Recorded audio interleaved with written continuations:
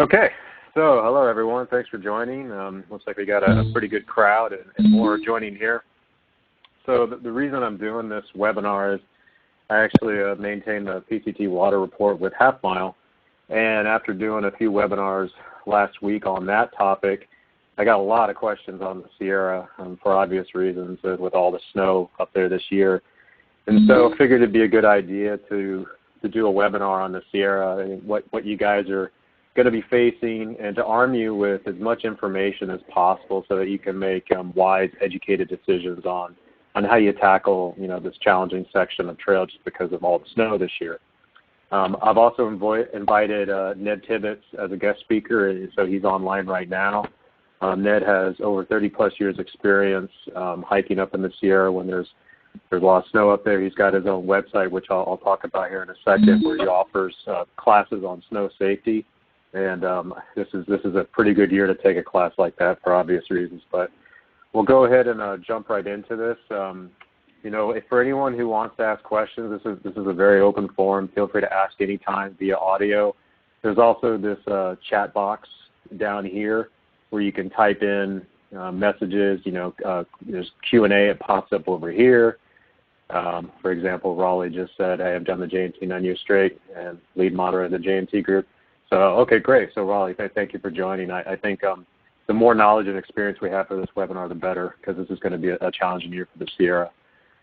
So we'll just jump right into this. Let's see. So the agenda, there's a lot of things to talk about.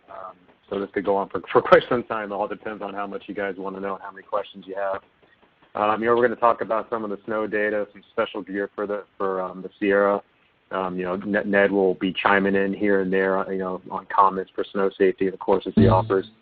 Want to talk about maps because there's more than just Half Mile's maps, which is an essential, but there's other maps that I recommend you get for the Sierra section.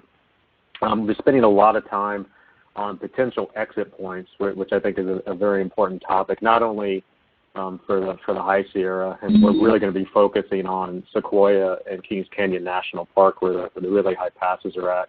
But also before there, let's say you leave Kennedy Meadows south, and you just get into a bind and you need to exit. We'll be talking about that.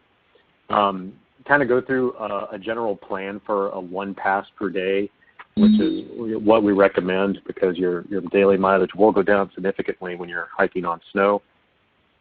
And a big portion of this presentation is a bunch of photos, actually, of 5 passes all in Kings Canyon, starting from Forester Pass, then going in chronological order for a northbound perspective, Glen, Pinchot, Mather, and then Muir, because those are really the 5 highest passes you're going to find in the Sierra.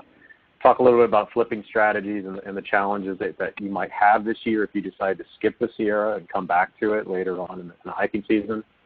And then also a very important topic, water crossings. I think that's going to be very interesting for you guys this year, just with all the snow up there. And, there's really only 2 things that scare me when I'm up backpacking, and that's water crossings and lightning. So it's something to really keep an eye on.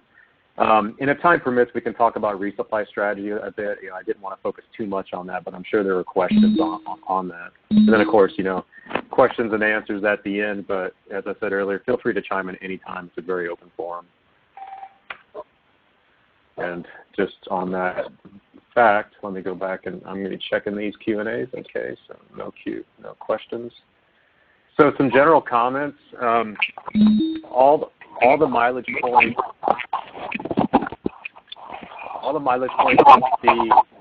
Whoever mute your phone so that we can minimize the background noise.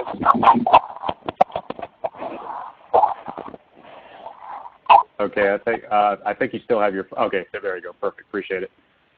So all the mileage points in this presentation are referenced to Half Mile's maps, which I'm sure 99.9%, if not 100% of you guys are using. So all the mileage points just kind of reference that, like down here. This is Muir Pass at mile 837. As you already know, 2017 is a very unique year. We're on track to have our second wettest winter in Sierra in recorded history, and I have some graphs to show you on that. But what's important to note is that there's still plenty of winter left. We haven't had a major storm at least hit us in California. I live in the Bay Area, so usually when it hits me, it's hitting the Sierra later on, and Ned is up near Tahoe, I believe. We did get a lot of rain last night. Is that correct, Ned? You're near Tahoe, right? Yeah, I'm actually based in Reno. Reno, South okay. of Tahoe for a long time. But we just got nailed with a couple good rainstorms, so we're getting it. Okay. Yeah, it rained pretty good here last night, and I live in Santa Cruz, just south of San Francisco, and so there's more on the way. We're going to be interjecting a lot, and I'm going to be bouncing around a lot here, but one of the things I was talking to Ned earlier about today, and we'll elaborate on this, is it may actually be safer and easier to start earlier on your hike as opposed to later and waiting for the snow to thaw.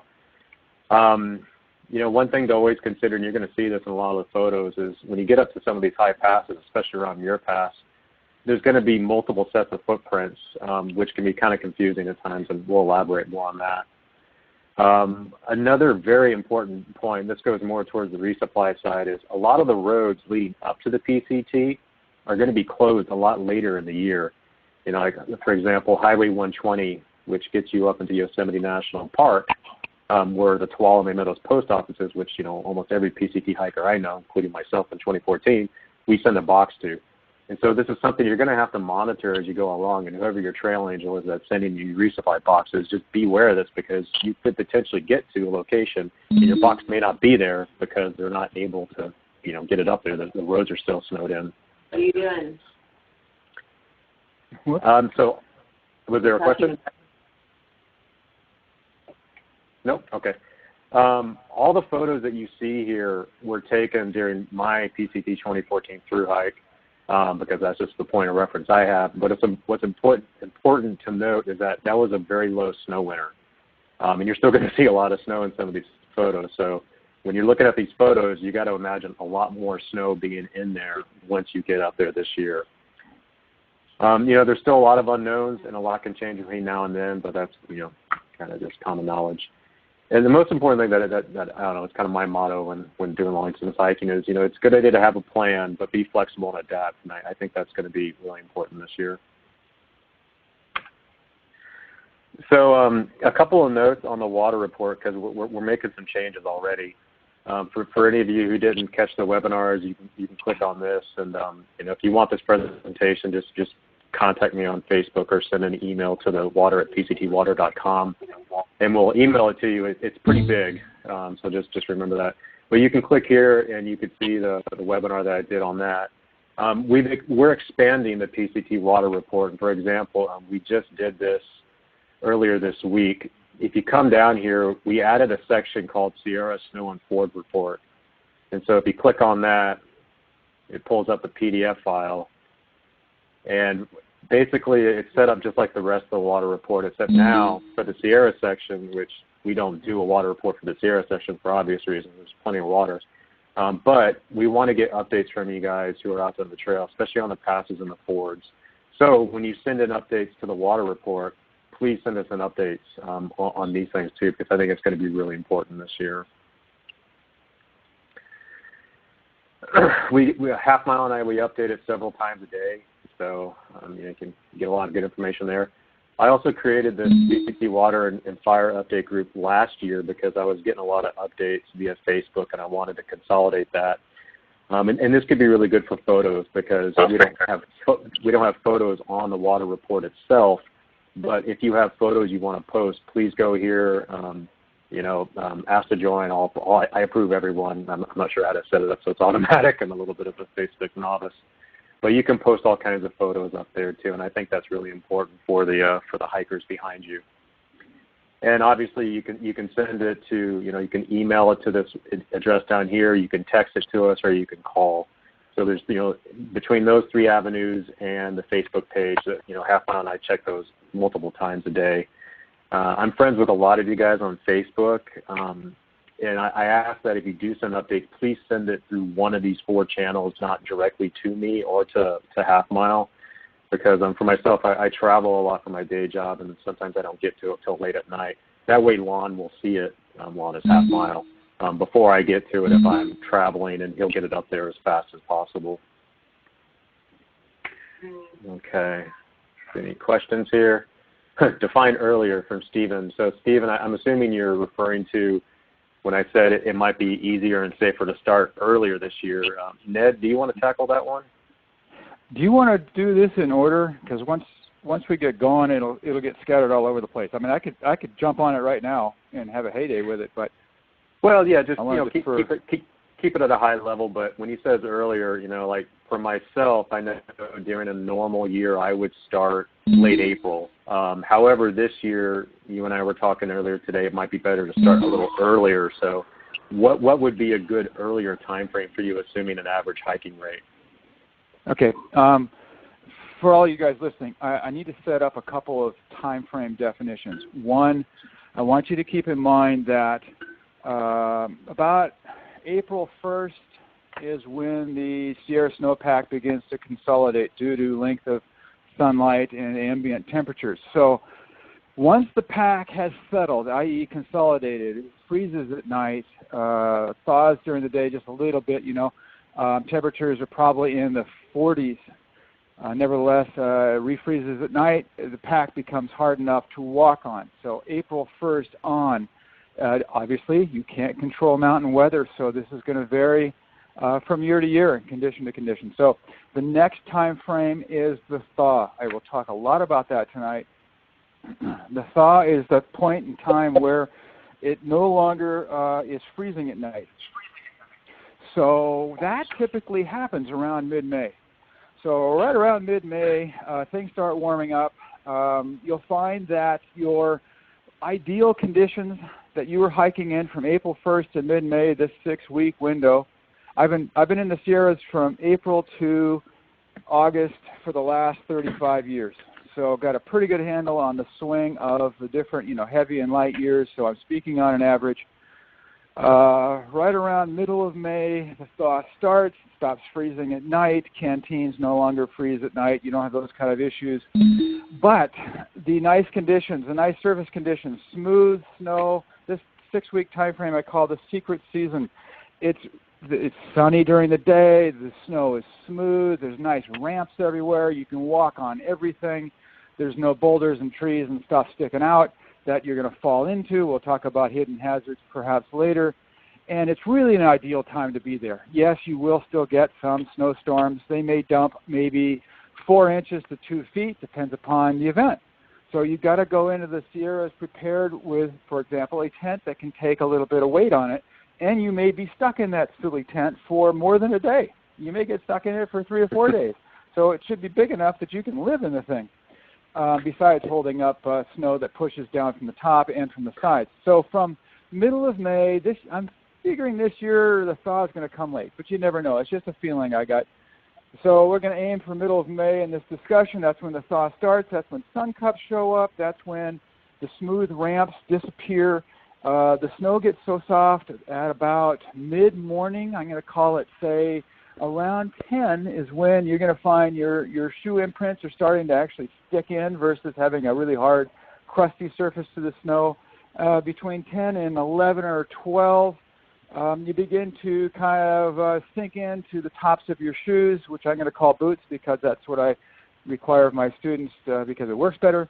And around noon on, starts getting pretty soupy. You start post holing. Now, this is about end of May, beginning of June of a normal year. If you enter the Sierra after that, then you're going to be dealing with really soft, soupy snow that could even be present about mid-morning. The idea here then is to start your hiking before sunup, get those, take advantage of the hard snow so you can get those miles and get where you need to go, which is over the pass, down the backside onto terra firma, and call it good for the day, or perhaps even get across the next creek and get lined up for a base camp up high. And we'll talk more about that. So we have a lot of slides to discuss the timing of how to get over these passes. So, Stephen, it's kind of a difficult question to answer because there's a lot of different hikers on this call, and everyone's got a different hiking rate. But what I recommend is, maybe talk to Ned offline more about what your hiking abilities are, and, we can maybe get a better date for you in mind. So, hey, Matt. Yeah, go ahead. If I could jump in, and this may happen a lot tonight. That's all right, go ahead. Another thing I want to, brand into people's heads is that when you're on snow, you're only going to go about a mile an hour. It is awkward to walk on even when it's hard. You use a lot of your inner thigh muscles to keep your feet from sliding apart. better with, traction aids, crampons, whatever. But you go slowly because you're picking your route both near to you and you're aiming for distant landmarks, and you're constantly checking. So don't expect to do more than 10 or 14 miles a day if you're on snow. And that's busting your butt for 10 or 14 hours. So just food for thought. It's a lot of work, that's for sure. And I can attest to the post-holing comment because I actually injured my foot in 2014 post-holing when I came down Forester Pass and had to deal with that injury for 1,000 miles. So if you can avoid post-holing, it's highly recommended. Anyways, so getting back here to the presentation, here's some data here that just shows you, and I showed this up on the Water Report webinar. This is the North and Central South Sierra snow levels, and you could see the teal line, or the baby blue. That's an average snow winter for us. The red line is the winter of 82, 83, which is the wettest one on record. The dark blue is where we're at as of mid-February, and then the thinner blue line, that's last year. So you can see we're on track to be, the second or maybe even the wettest winter if we get a few more storms. So, I'd just like to show the data to everyone that it's a real issue for you guys this year.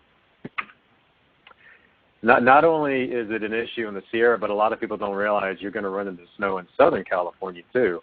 It won't be nearly as long and intensive as the Sierra, but we've highlighted 4 areas here from Mount Laguna, which is only 42 miles from the border, the Mount San Jacinto area, which is near Idlewild.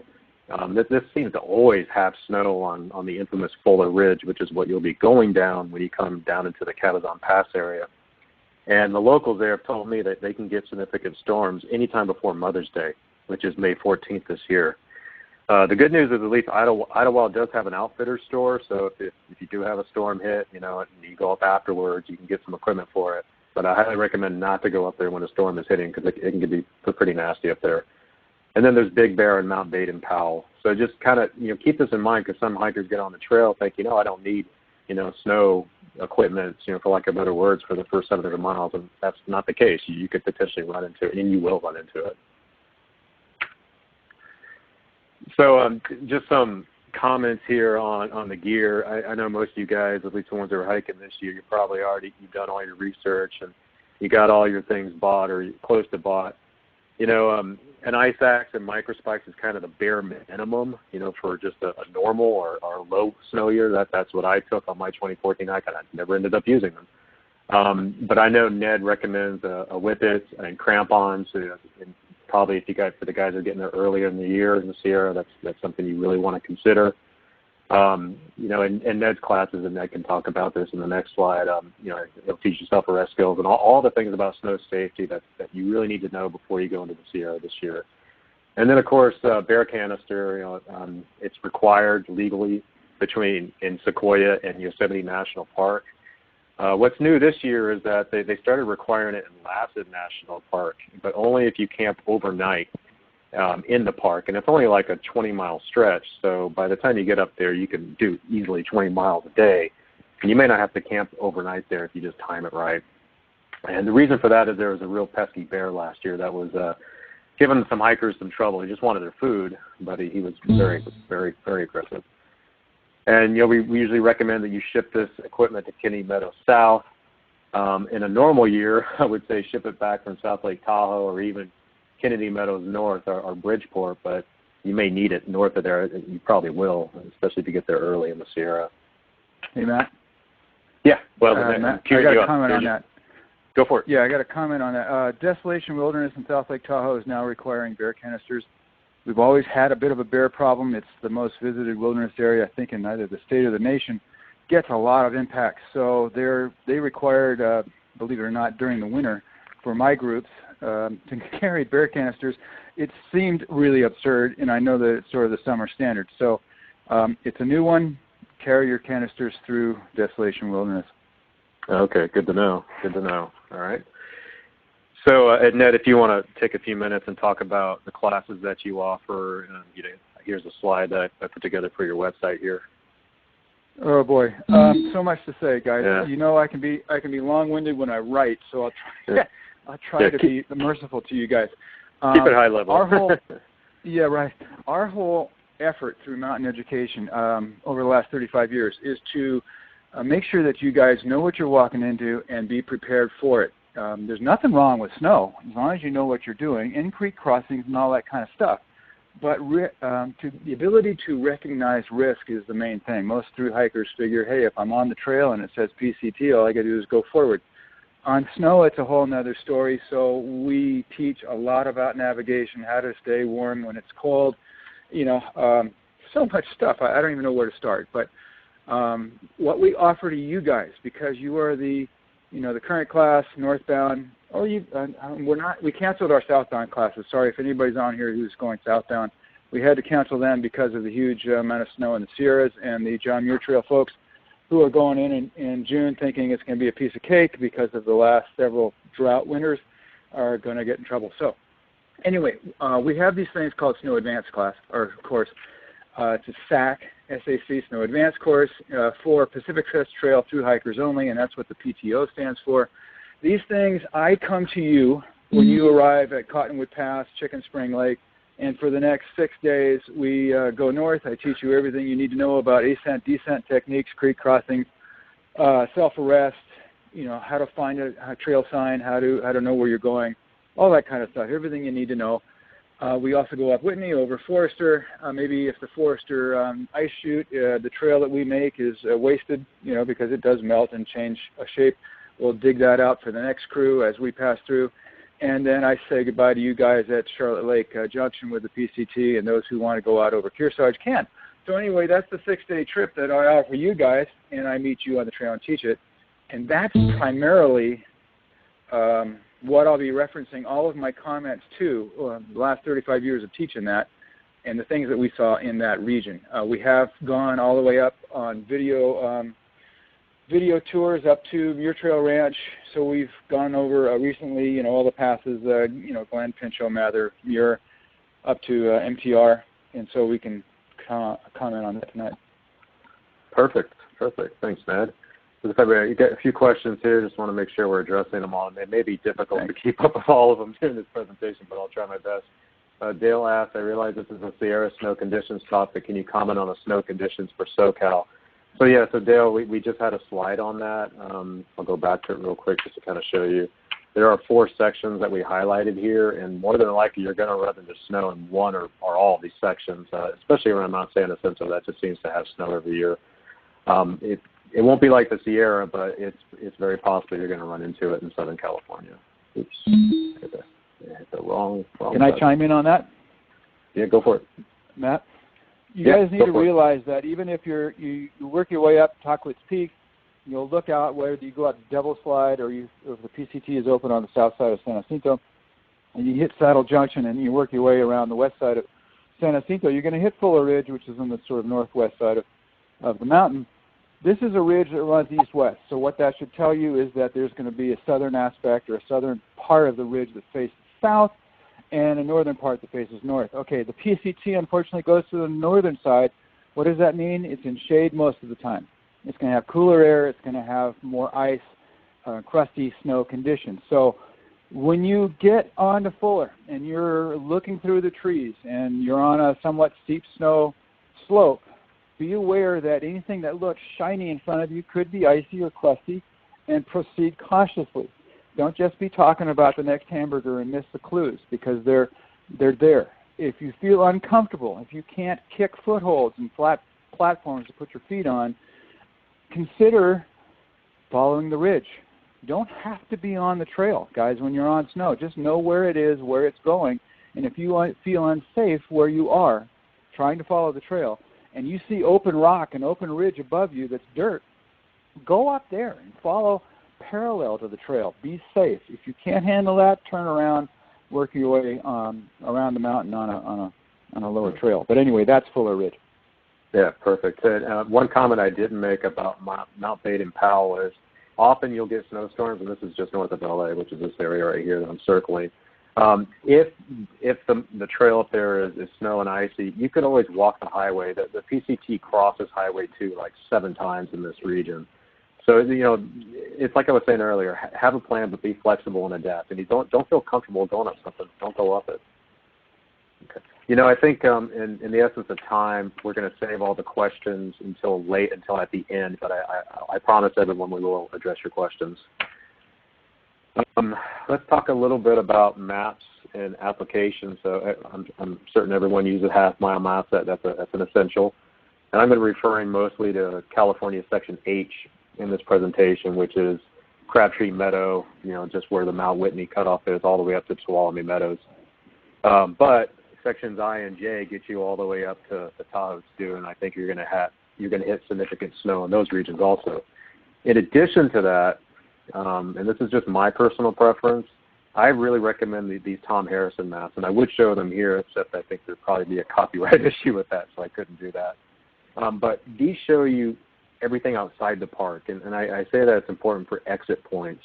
Half-miles maps are great, but they're really zoomed in, and you can't see, okay, if I go off to the right or the left, this could be an exit point for you. So I think it's good, especially the Sequoia and Kings Canyon National Park. It's, it folds down. It's not very heavy. I think that's a very important one to get. In addition to that, I personally used Half-Miles app in 2014 and Guthooks app in 2014. I have a slide later on Muir Pass, which is a very confusing pass with a lot of snow on it. I ended up using my Topo Maps, Half-Miles app, and Guthooks app all on that same day just to kind of find my way up to the top of the pass, and that was my 5th time up there. So it really changes when there's a lot of snow up there, and it's hard to get your bearings sometimes.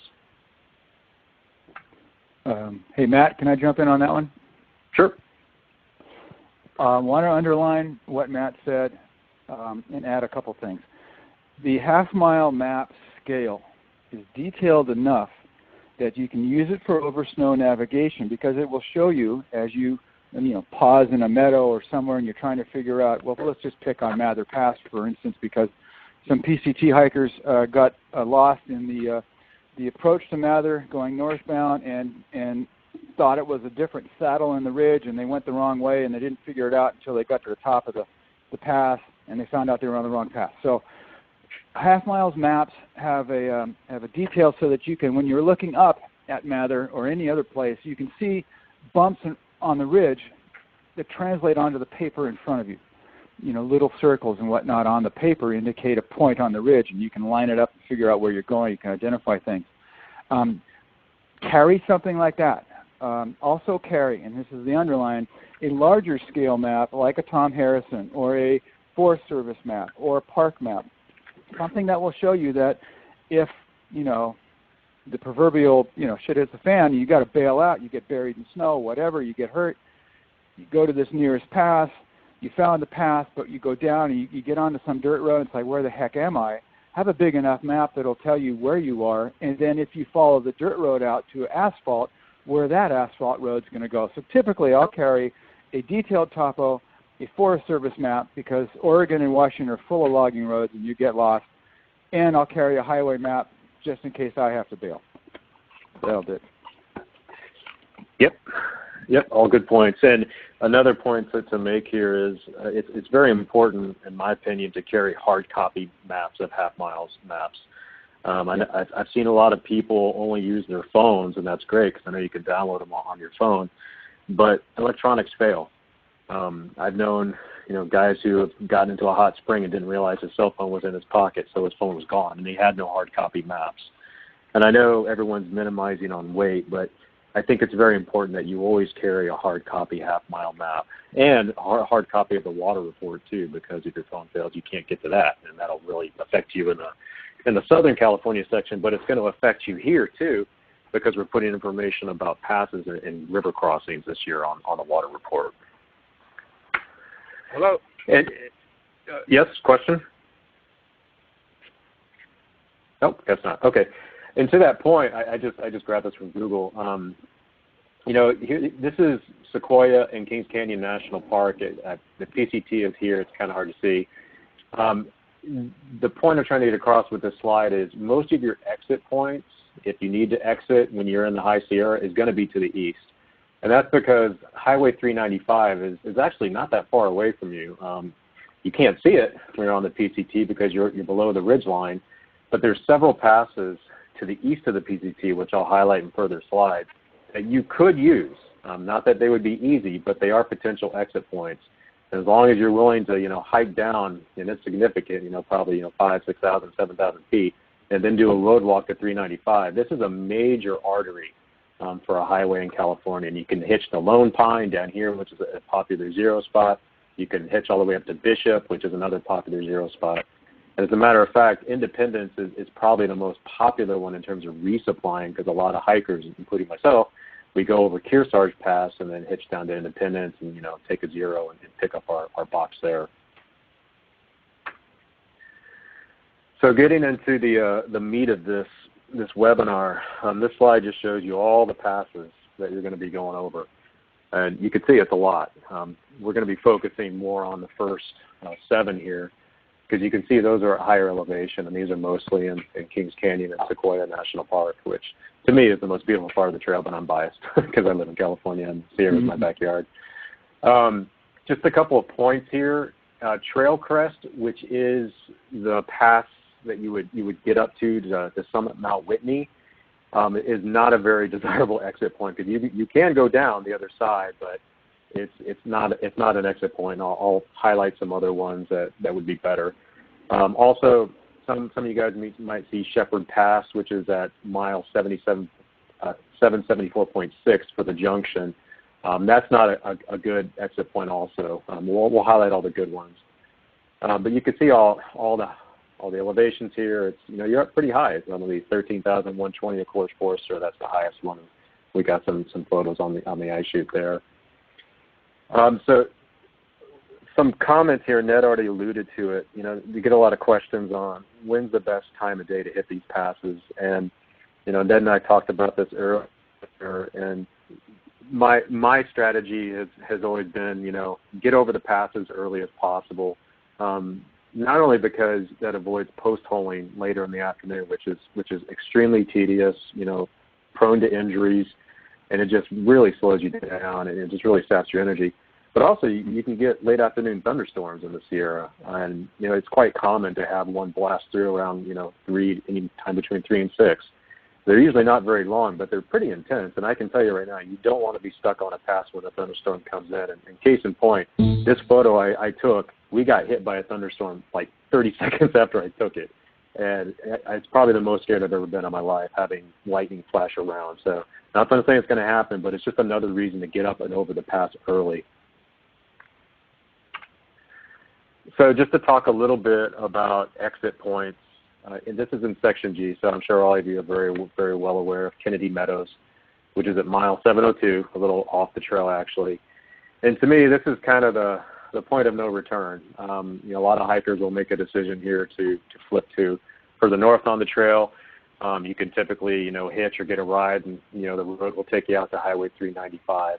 And this is where you're going to send all your Sierra gear too. So, pretty much, you guys all know about that one.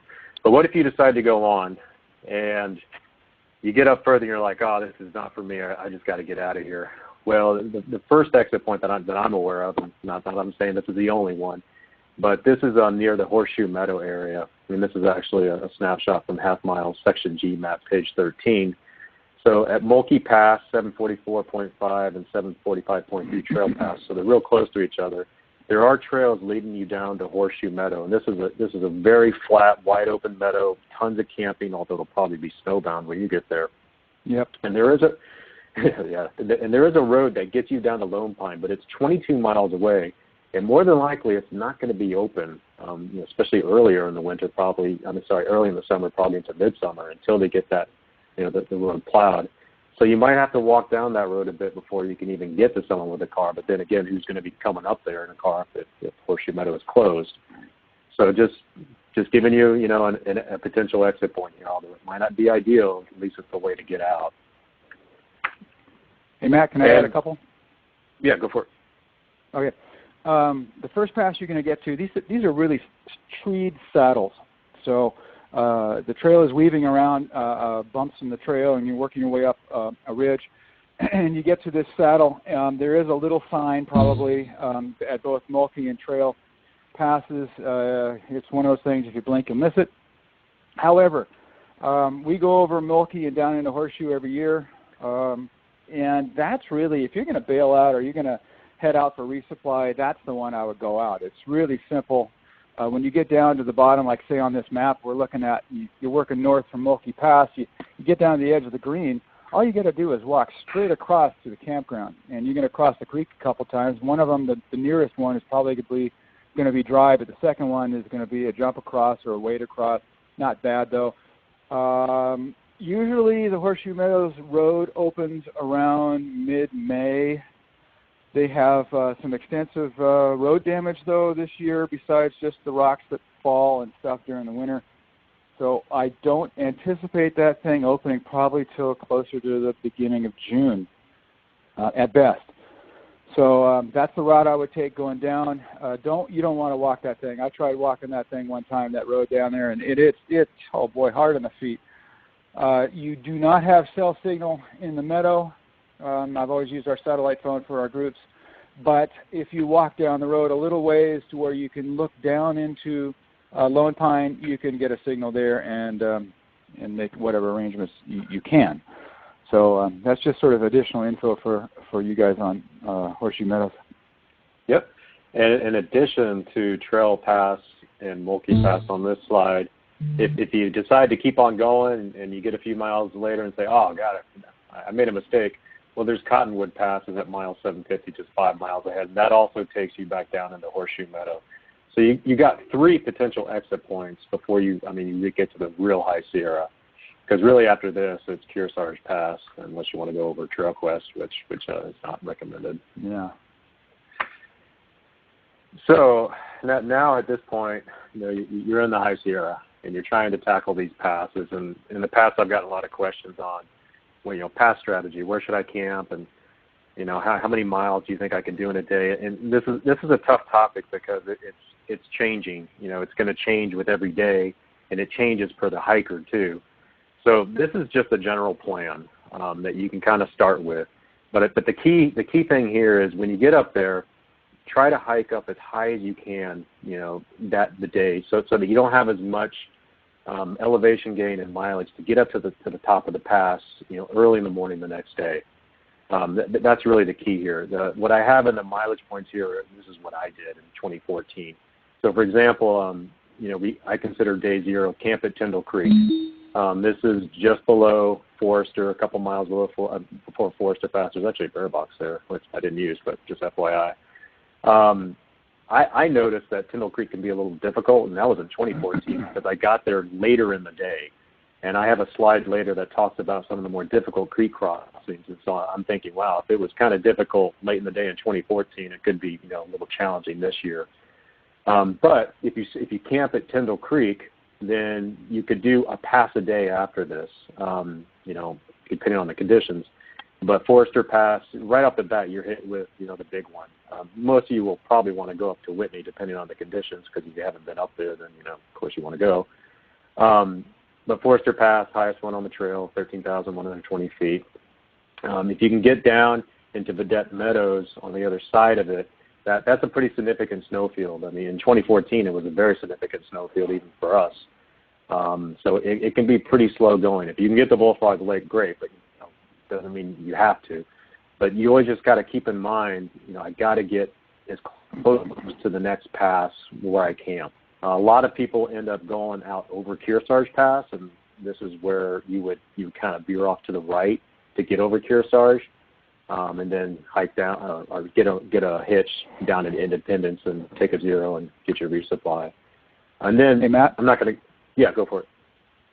I was just going to ask you if you wanted to talk about pass strategy per pass. In other words, let's talk about Forester Pass's strategy right now.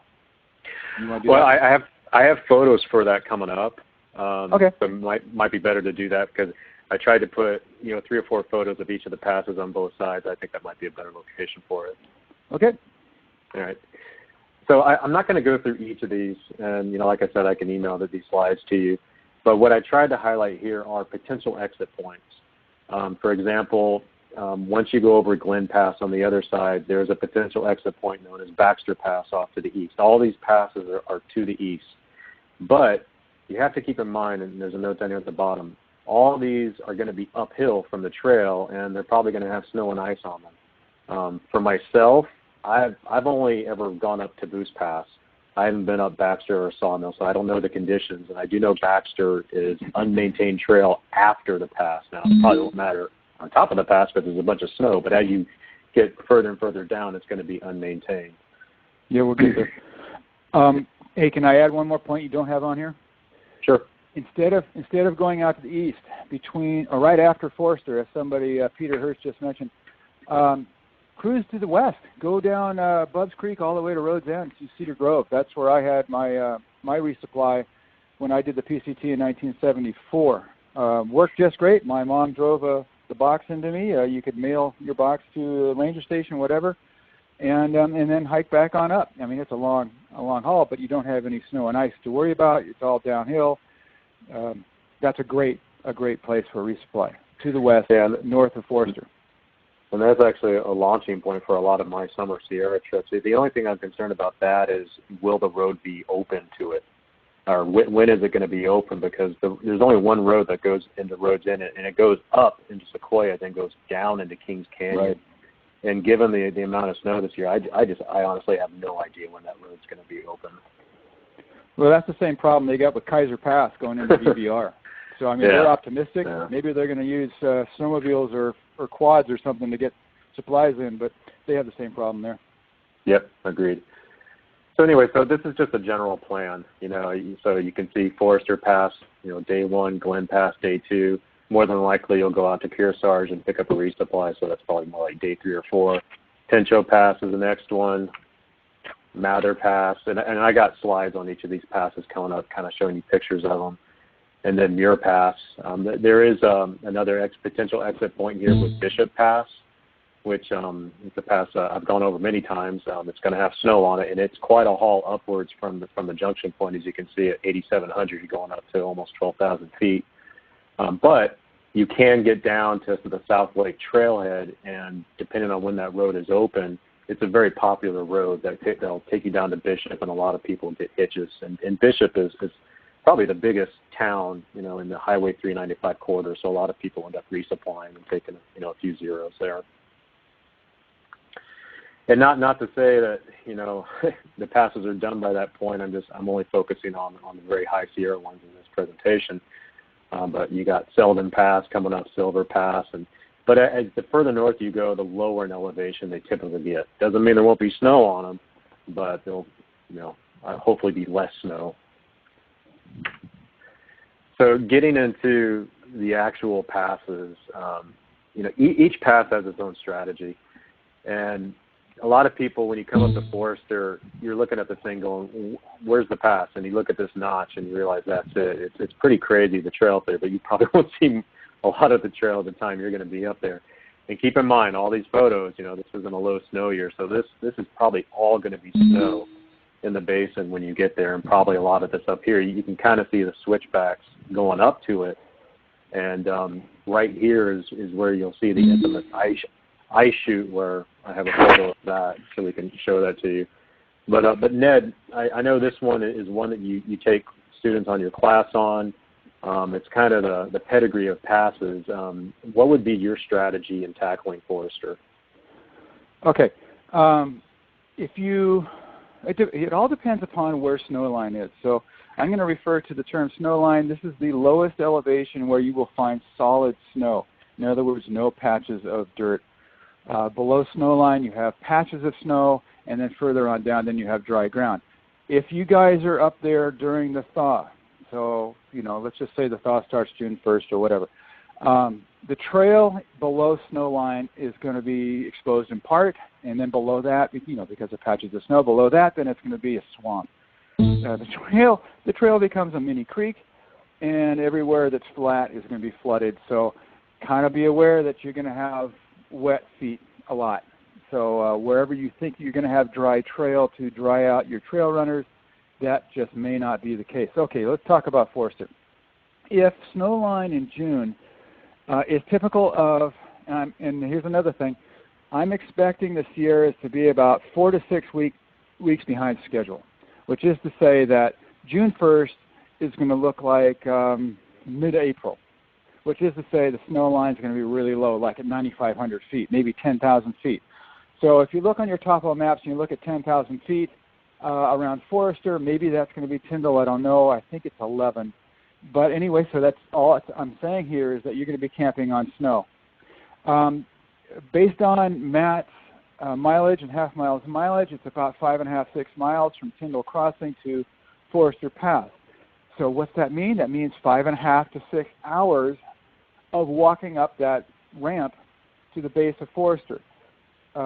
If you're there during the thaw, you don't have enough time to make that distance and still be on non-post-holy, solid, consolidated snow. So I would suggest that you guys, as part of your Forester strategy, because of this long approach, you guys camp as high as you can. You're going to be camping on snow. What does that mean? You're going to need to have a really good sleeping pad or pads and a really good tent. I mentioned the tent just because last year, and it's fairly typical, this is a very exposed area. You're above tree line as soon as you leave Tyndall. So if you're going to camp up high, you're going to get nailed with wind, or you're going to have a glorious night, either way. But be prepared with a tent and stakes that are going to hold everything down, that's going to take the wind, and all that kind of stuff. We got flattened at Forester, broke tents, all that kind of stuff last year. Had quite an experience. So we're looking in the slide that Matt's got up right now, taken from Forester, looking southbound down the Kern Trench, and where you see the trees way in the distance, that's Tyndall Crossing. So that's the 5.5 or 6 miles you've got to come up. If you leave at, say you get up at 3, you leave by 4 or 5, maybe an hour before the sun comes up. So that's a mile up. You're going to be you're not even going to be at the base of the arrow where Matt's got it right there. So I highly recommend that you camp high. Otherwise, you're going to get caught in this approach, and you're going to be post-holing, you're going to be floundering. I'll never forget we did several trips last year, a couple of our trips where this last ramp alongside these lakes, actually a little bit to the right of the arrow, since you aren't on the trail, it doesn't make any difference where you go. You're shooting for the pass. You're working your way up toward the pass. It's a notch in the ridge. We were floundering ridiculous. Every step was to your waist belt. It was stupid. And sometimes getting out of big post holes like that, you literally have to take the pack off, try and stand up, get your balance, put the pack on. As soon as you put the pack on, your feet post hole back through. You might as well just camp. When it gets that bad and that exhausting, you're wasting your time, your energy, and all that, and you're putting yourself in a position where you can get hurt. Forget it for the day. It's just not worth it. Anyway, so camp high on Forester. And here's another point. If you're up there on the top, you get to the top. Have a party up there, take pictures, all that kind of stuff, have something to eat and drink. But get the heck off of it quick, because as that sun continues to heat the north face, which doesn't heat it as much as the south face, so you're going to have less snow on the south sides of your passes and more snow on the north side. So there's a picture of the north side. Don't forget, this is after a light winter. Typically, you won't see any rock. It's all one big, white, wonderful snowfield coming down the other side. But if it's during the thaw and it's mashed potatoes out there, you can't even sit down and glissade, because as soon as you sit down, you sink to your waist and you don't move, even if it's really steep snow. For example, if I could move Matt's arrow, you get about halfway down the slope, right there.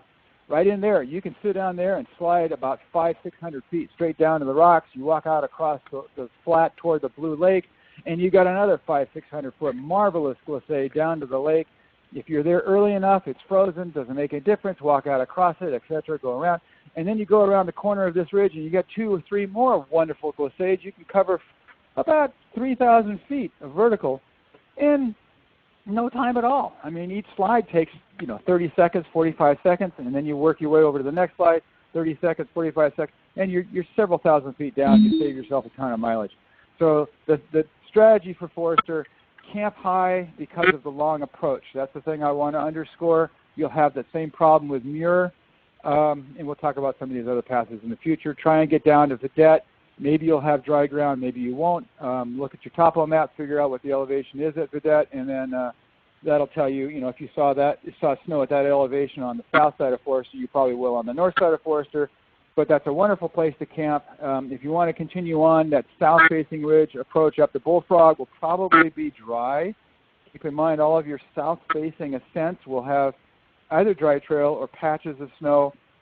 But once you get into the trees at the top, around Bullfrog, you probably have solid snow. The problem there will be is figuring out where the hell the trail goes. So maybe carry a GPS, you guys. But the point being that you can go from Vedette over Glen. See here, now we're kind of logistically thinking about the next pass. Look at your mileage, figure out a mile an hour. You know, I want to be on the passes by 10 in the morning, maybe 9 if you're in the middle of the heat of the thaw, 60 degrees out. Get the heck to the top of the pass by 9 or 10. You know, look at your mileage. Maybe camp up even higher toward Glen. Yeah, so I think the general 10,000-foot overview, no pun intended, is camp high and start early. Because in Ned's point, this photo, I took this coming down Forester in 2014 right before I post-holed and injured my foot. And as you can see, we're nowhere near trail at this point. And we had all this rock to deal with. There might be a silver lining for you guys this year is you're going to have a lot more snow. But there's jagged rock underneath some of these things. So when you're post-holing, one of those big boulders could be right below you. And that's what jacked up my foot. So it just gives you more motivation to get up early, get over as fast as you can, and get down as fast as you can, because post-holing is very tedious and not fun at all. And so now we're looking at Glen Pass, which is the next one. Actually, the south side of Glen Pass, to me, isn't that bad, but I haven't been up there in a major snow year. It's the north side of Glen Pass that I think gives people a lot of problems. And, you can as you're going up here, I wanted to give you guys some photos of where the pass is on these things, because, in this photo you can actually see the trail kind of going up the side here where my cursor's at. But with as much snow that's up there right now, you guys may not even see that. So I'm trying to give you just a visual representation of, oh, that's the pass. Because you'll be looking at your topo maps and sometimes it's not easy to tell. But once you get up to the top of this guy, it's actually very beautiful up there, and this is looking south. But going down the other side, this is probably the most dangerous and scary pass, and not just for me, but for a lot of hikers say this. And you can kind of see, here's some trails, or some foot trails going off here, and basically what happens is you go off to the east, and then you start this direct downhill descent. If there was no snow, there'd be a switchback trail, and it's nice and easy, but you're not going to have that luxury. And to kind of give you an idea of, the perspective here, this is exactly what it looks like when I made that cut going down. So this one, it's really important that, if you hit it when it's icy, then, that can cause issues. And Ned, correct me if I'm wrong on this, you might actually want it to have a little slushy on the way down on the north side, but maybe that's a mistake. It helped me when I went down it. Yeah. Yeah, not necessarily. There are a couple different threads of thought on that one. Because if you're glissading on slightly slushy snow, all you got to do is open your legs up, gather snow between your legs, and that slows you down. So if you're going too fast, that way you can control things without having to self-arrest.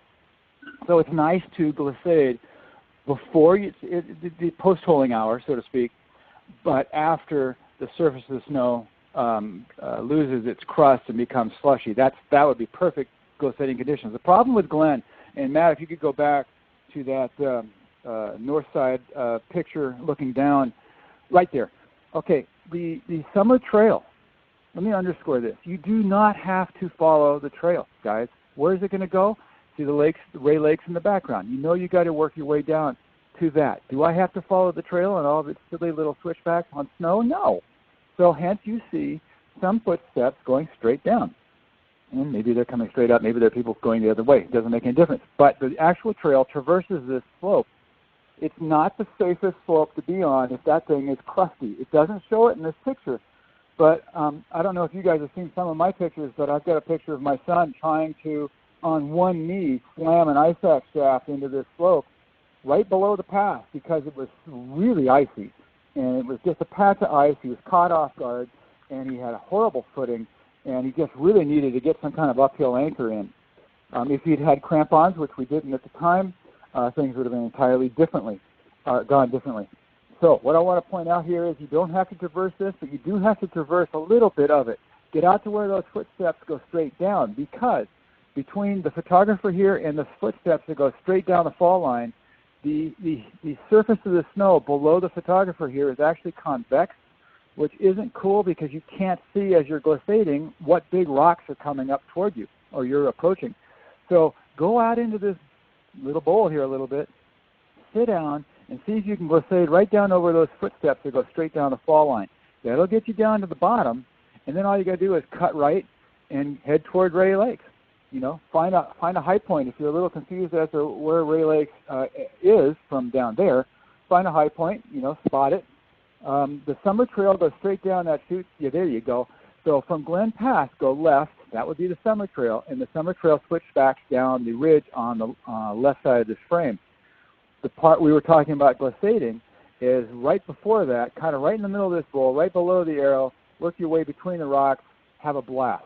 You know, spread your legs to catch snow, slow yourself down. If you're going too fast, feel out of control, flip over in your stomach, self-arrest, dig your toes in, that kind of stuff. Remember, don't wear crampons when glissading. Not a good idea. So, you want to say some more?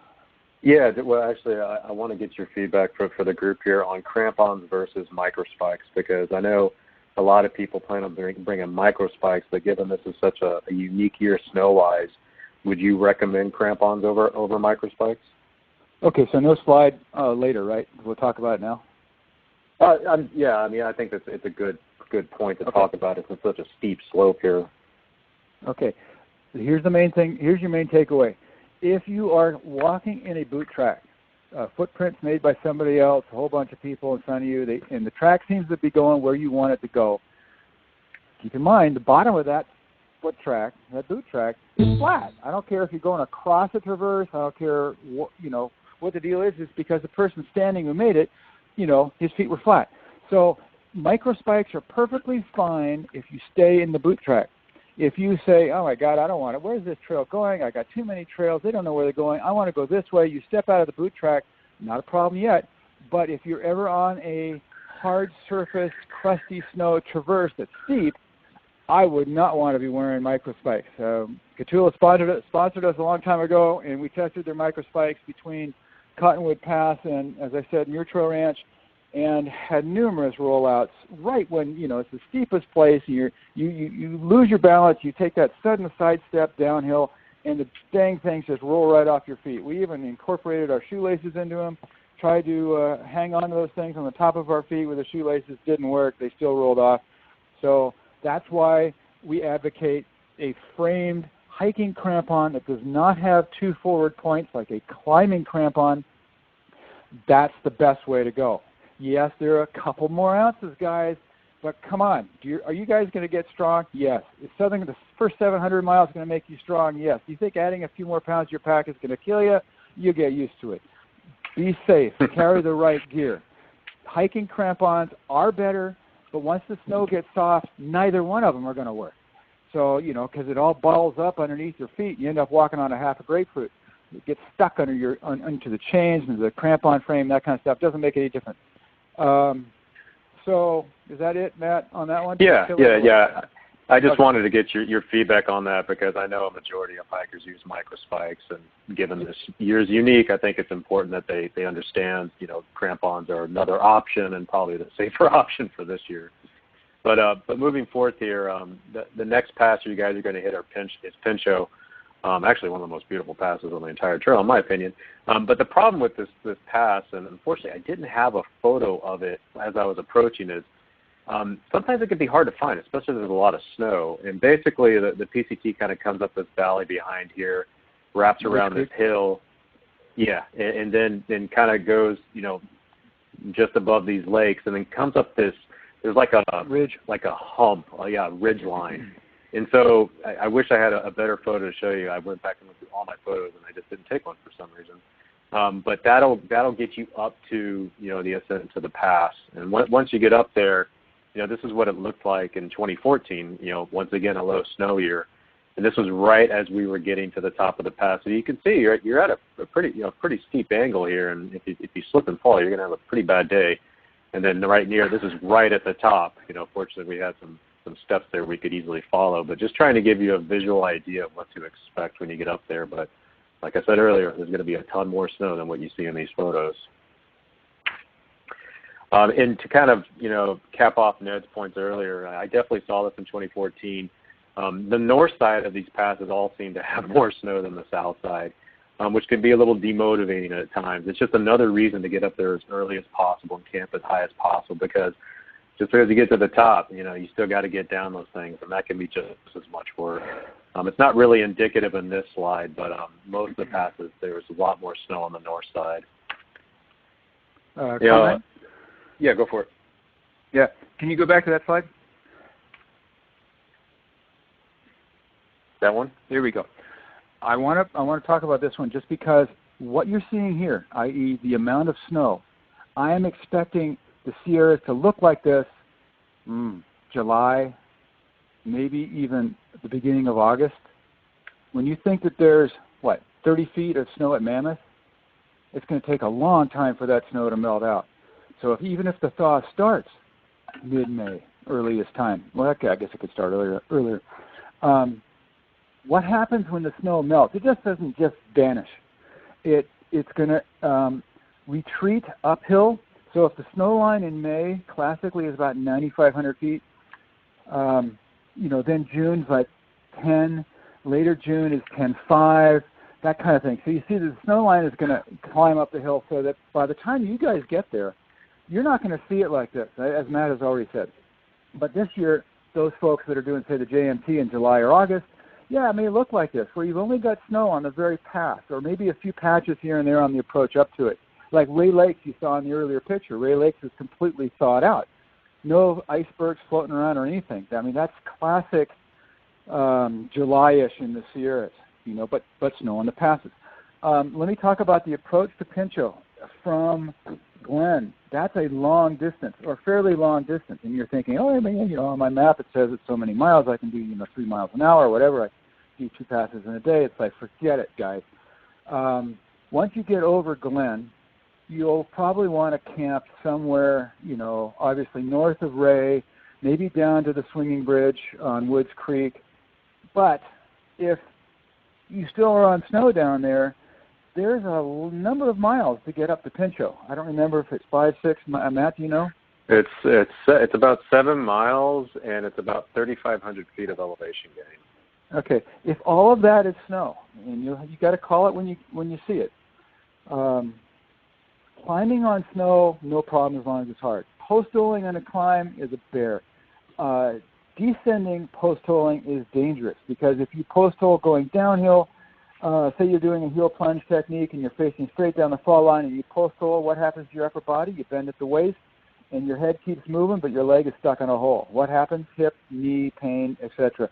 So this ascent to Pinchot, get as high as you can, but it's already been a long day. You've gone over Glen, you've gone past Ray, you're dealing with flooded, lakes and stuff down there. You're jumping over creeks. You finally make it down the swinging bridge. Maybe it's dry, maybe it isn't. You think, oh, great, I can camp. You still got those miles to get up to Pinchot the next day. If the snow gets soft, if you're in the middle of the thaw, it's softening up at 9, aim higher, keep going. But yet, here's the conundrum. You want to go further in the day, but the snow is softer in the afternoon. You're done with struggling. You're exhausted. Yeah. Stay at the bridge. Go as far as you can. Don't get exhausted. So here's the next thing. So the next morning, you're working your way up from Woods Creek Bridge up past Twin Lakes. You're up in this little bowl right below Pinchot Pass. I like to call The Land Before Time. Reminds me of that silly cartoon movie my kids watched when I was a young father. But anyway, that you're already tired there. You're looking at the pass going like, well, which one is it? Is it the one on the right? Is it the one on the left? Find that little humpy ridge that leads right up to kind of like the middle of the wall of Pinchot. Yeah, you didn't take a picture going that way. This ridge right here? Yeah, that ridge right there. Yeah. If you come around the corner off of Woods Creek and past Twin Lake, which is in the background back there, you can't see it. Matt had his arrow on it earlier, kind of at the base of that red hill in the background. That's Twin Lakes. You swing up into these puddles, these little lakes up in here. Get up on this ridge. You don't have to worry about, if it's all snow, just get up on it any way you can, any way it's easy. Make your own switchbacks, follow the ridge on up. And that'll dump you about halfway up the wall of the pass. From there, you have a choice. You're going to look up this thing, just like on Mather, very similar, and you're going to see open rock, because this is the south face. You're going to see open rock to your 10 o'clock. It's going to be kind of up on the hill on your left. You're going to be tempted to go up there. If you can't quite tell by some of this rock around here with Matt's pictures, but it's not the most stable stuff. But most through hikers will go, oh man, there's dry ground up there. I'd much rather be on that than on snow. And so they'll head up for the rock up on the left, and then they'll figure, okay, I'm going to climb up the rock, then I'm going to cut right and go through the path. The problem is the rock is really slippery. They're little tumbly little things, and it's not safe. I'd advise you guys to stick to the snow and cut your own switchbacks right up the middle to where you top out at the top. Don't be surprised for both Pinchot and Mather if you have a head wall, which is to say a maybe 10, 8, 12 foot, not vertical, but it looks vertical from a distance. Kind of a, yeah, there you go, with a trench in it. That thing can be, like on Forester, it can be really steep. On Mather, it can be really steep. Pinchot's not really known for it to be so steep, so it'll be like that. You can cut your own trough in it, kick step, toe in, whatever you want to do, get up that thing. And then, party on the top and think about getting down to the, what is that, Matt? That's the South Fork of the Kings? Yeah, I was getting confused. There's so many forks of the Kings. It's one of the forks. I think it's the middle. Yeah, okay, whichever one it is. But that's your big one. It's basically in this valley. Right down in there. Yep. And when you get down there, it's going to be late in the afternoon. Not the time to cross it. It's getting all this snow melt dumping into it in the afternoon. Go ahead and camp. Or, here's the other long-distance hiker. Anyway, the option you have is forget it. Don't cross it at all. Stay to the right of the South Fork of the Kings and cut up, what is that, Taboose right there? Yeah. Cut up toward Taboose. Yeah. Go upstream, stay to the right of the Kings River, and just follow it toward Mather and go up high into the bowl. By the time you get up there, the river will be so small you can find a rock hop or something like that and get across it. Rather than risking your life, I swear to God, that is one of the worst creek crossings. It's not a creek, it's a river. So yeah. I highlight it in a slide coming up. It's one of the 6 river crossings that I think is going to be the most interesting this year. And it's multiple crossings of it. It's not just one, so it can be challenging, especially depending on what time of day. And it's funny. I used to laugh and say, later in the afternoon, how can it be much higher? I've actually seen it in person. This was in Yosemite years ago. I camped at the Backpackers Campground down in Yosemite Valley. I got there like at noon. Had to cross that little creek, and it was only ankle high. By the time my friends got there at 10 o'clock at night, it was up to our waist. I mean, it was literally a difference of feet between early in the morning, afternoon to late at night. So it really makes a difference on what time of day you cross these guys. Anyway, so moving on to the next pass, Mather. This one can be a little challenging on the south side because it's pretty steep.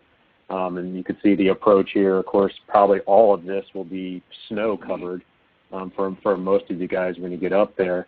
And as you get closer, you can even kind of see here's the switchbacks of the official trail. But, once again, low snow year in 2014. This was in early June. And then you got the saddle period. It's really easy to find, unlike Pinchot, which can be kind of challenging, and especially Muir. But getting up there is going to be challenging. So, once again, camp as high as possible and, get an early start. Because when you start heading up here, this is before I got to the pass, looking down, you can see how steep it is. And you can see part of the trail right there. It can be challenging. It's one of the more difficult ones in my opinion, especially if there's snow on it. And once you get up to this is almost at the top, looking back down into the basin, this is all probably going to be white. You probably won't even see these little ponds or these tarns up here. And then of course once you get to maybe it just depends on what time of the hiking season you guys get there. Once you get to the top, you're rewarded with what I think is one of the best views of the Sierra. However, you still have a bunch of snow on the other side to get down, and you're not going to see the trail. We ended up going somewhere off in here, and there's a bunch of rock. Maybe for you guys it might be easier because most of that rock will be covered up, depending on what time of the year you hit it. But it's quite a haul to get down to the Palisade Lakes, upper and lower here. So once again, camp high, give yourself enough time to get over, and give yourself enough time to get down because you're going to have a significant snowfield to navigate. And then coming down, just looking back up, you can kind of see, what you have to go through if you're a Sobo when you hit it this time of year. Can I jump in on the approach to that? Sure. Which slide do you want? Can you go back to south side bowl shot? This one? Next one. The other way. One more? Going north. Got to go the other way. Keep going. Keep going back. Back. That's it for Mather. Okay, there we go. That's the one I'm looking at. Okay. This is Pinchot. Right, so go forward one.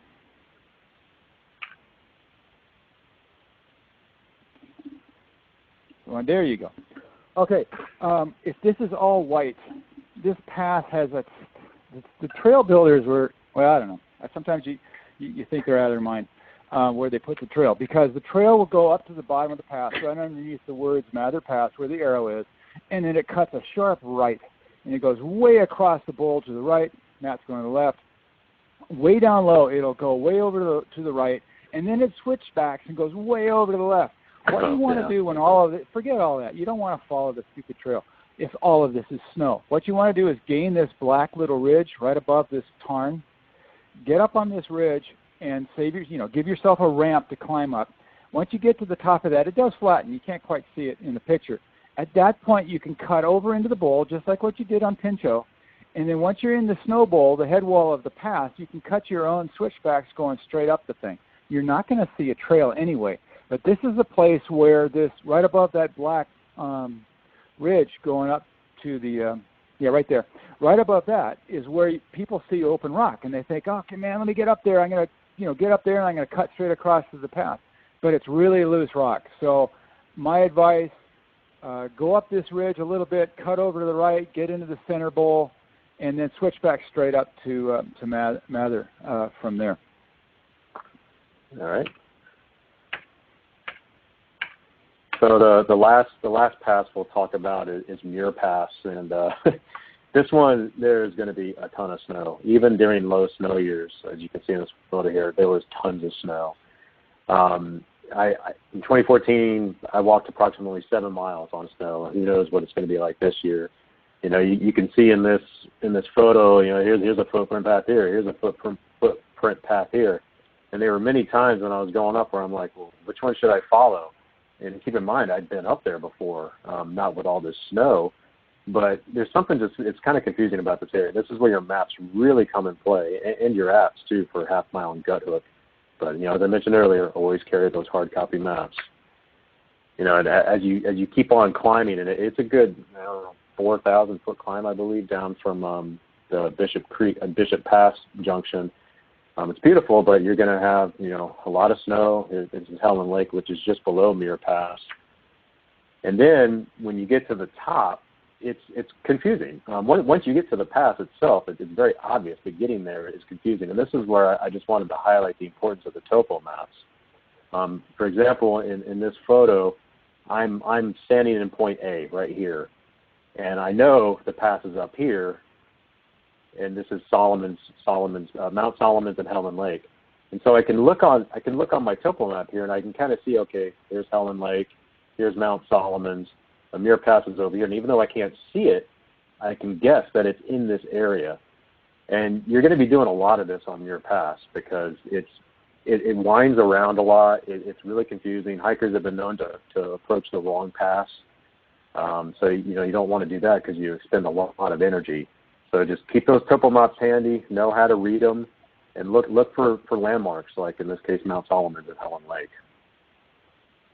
Give yourself a lot of time to get up to this guy, because once you get to the top, and you've probably seen infamous photos of the Muir Hut here, which can be used as an emergency shelter, you're going to have a lot of snow on the north side of the pass. And this is a photo I took looking north from the top. And you can kind of see Wanda Lake here in the background, and the PCT goes like this and around to the right down another valley. Well, this is a low snow year in early June, so there's going to be a lot more this year, and it just keeps on going. As you go further down, you can look back up, and it's not a very steep pass, so that's silver lining here. But as you keep on going down, it's like, wow, when does the snow end?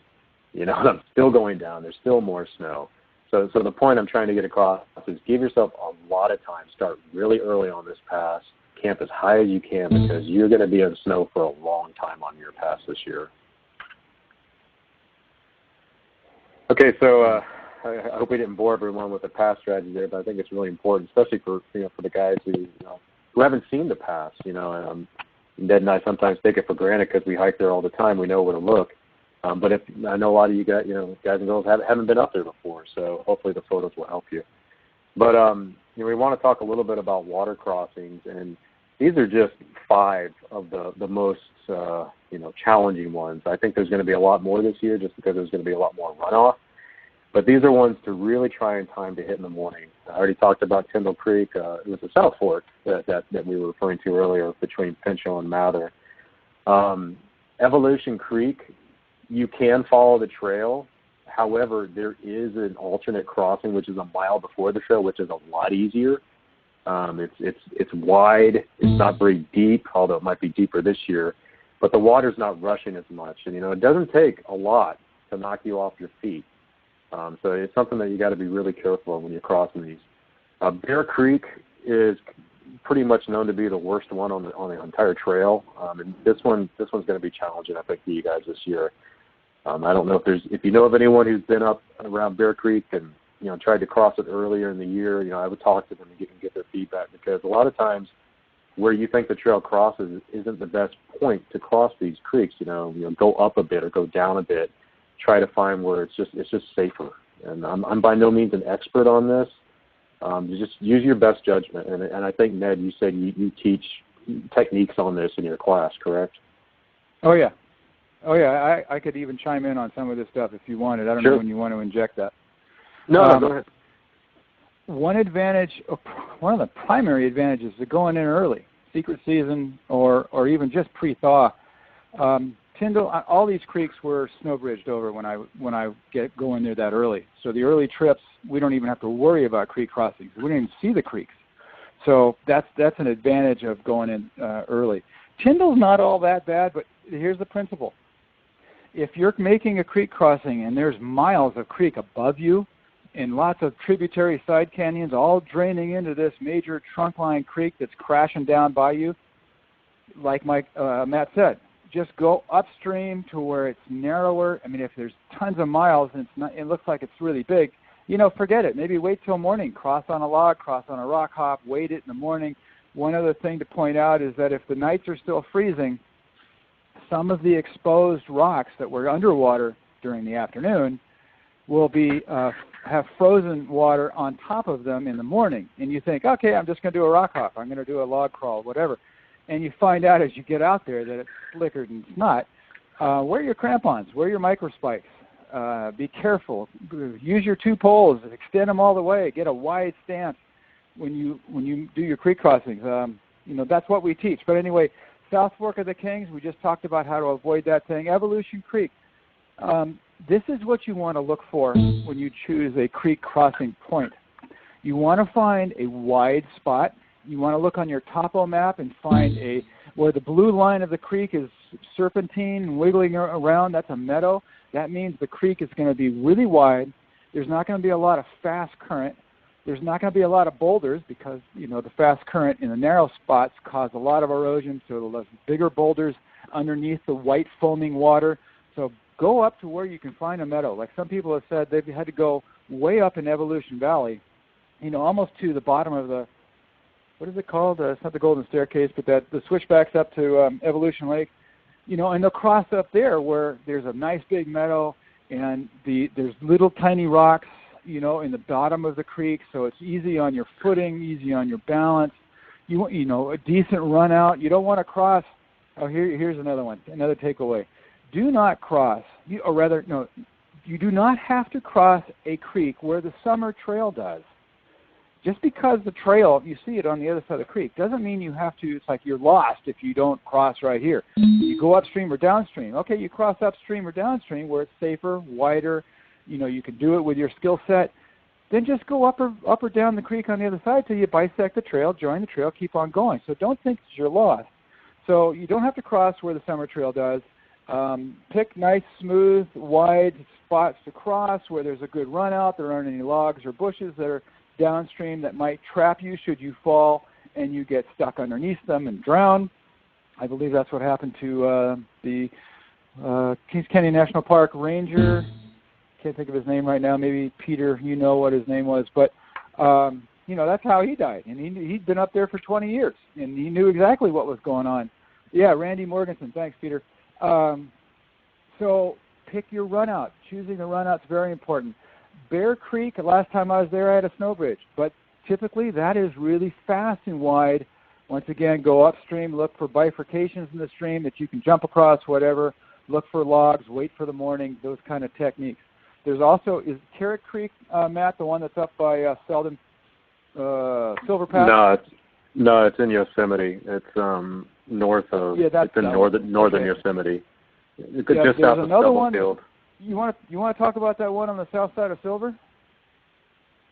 The one before Tully Hole. Yeah, well, I mean, it's on your way up. If you're northbound, you haven't gotten to Silver Pass yet, and you got to cross a waterfall practically. You're at the bottom of the waterfall. Yeah. You've seen the pictures. I mean, it's horrible. Yeah. So once again, if you're in the thaw and you're in there, you're going to have a boatload of water coming down all over the place, and that thing is going to be huge. You're going to get wet. You're going to go in with your water shoes on or boots or whatever you got. Things are going to get wet, but the splash is so ridiculous. You'll think you're at the bottom of Yosemite Falls or something. I mean, the foam is everywhere. That's a bad one. But what Matt's referring to, the washboard of Yosemite Park, Carrot Canyon, Tilden Lake area, all of the Matterhorn Creek, all of those guys north of Tuolumne Meadows, those are long drainages again. So you got a lot of snow melt pouring into them. You really don't want to be in that area far into the thaw. So, but if you've already pulled your permit, you don't have any choice, that might be a good place to do your morning crossing. Yeah, there's going to be a lot more than just the 5 I allude to here. These are just the ones that I hear the most about and the ones that I thought were challenging in 2014. But once again, that was a low snow year. So, every night, you'll get into a pattern here. For me, it was I would look at my maps when I finally got settled into my tent at night and kind of make my strategy for the next day. Actually, the next 2 days, because you always wanted to figure out where should I be camping tomorrow, for a pass or for a creek crossing. You kind of get into a pattern here so that you can figure out the best and safest way for you to get across these crossings. So one of the things that it might be of help to you, I made a video of Section H, California for 2014. It actually has videos of people crossing Bear Creek, but mind you, it was, a low snow year. A lot of the passes, a lot more videos and photos of what you're seeing here just might be worth taking a look at because obviously I couldn't throw everything up here on this webinar, else it would take, 5 hours. So flipping. This is an interesting topic, and, every year it's a valid option. This year is going to be different. You can sense the theme here that this year is different on many regards. I know a lot of people might get to Kennedy Meadows south. Remember there's 2 Kennedy Meadows. There's one south and one north, and think, well, I'll just skip the Sierra and come back to it. Well, Oregon and Washington have also had high winters or high snow. So what I did here, I just summarized, the main points where highways cross the PCT. So if you did decide to flip, you can kind of get an idea of what the elevation is. Ideally, you probably want to, call ahead or get online and try and find out, is there still, snow at that elevation? It ranges all over the place. You can see NorCal here. Yeah, you eventually start getting lower in elevation, but then, up in before the Oregon border, you get up to about 6,000 feet. So you're going to get snow there too in the Trinity Alps region. Oregon is it's a beautiful part of trail, but it stays very high. It's mostly above 5,000, 6,000 feet almost throughout the whole state, except where you dip down to pick up a resupply box. And that means there's going to be more snow. So just something to kind of keep in mind. So these next 2 slides are more of just a data for you guys if you decide to flip. Then of course Washington, all the major points where highways intersect the trail. But the 10,000 foot overview here is you're probably going to hit snow if you flip early in the season. The whole western coast of the United States got hit pretty hard this year with winter.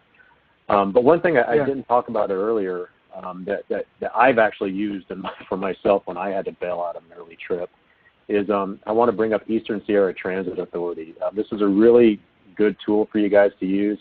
Imagine the Sierras are right here to the left, and let's say you had to bail at Horseshoe Meadows or Kearsarge Pass or wherever.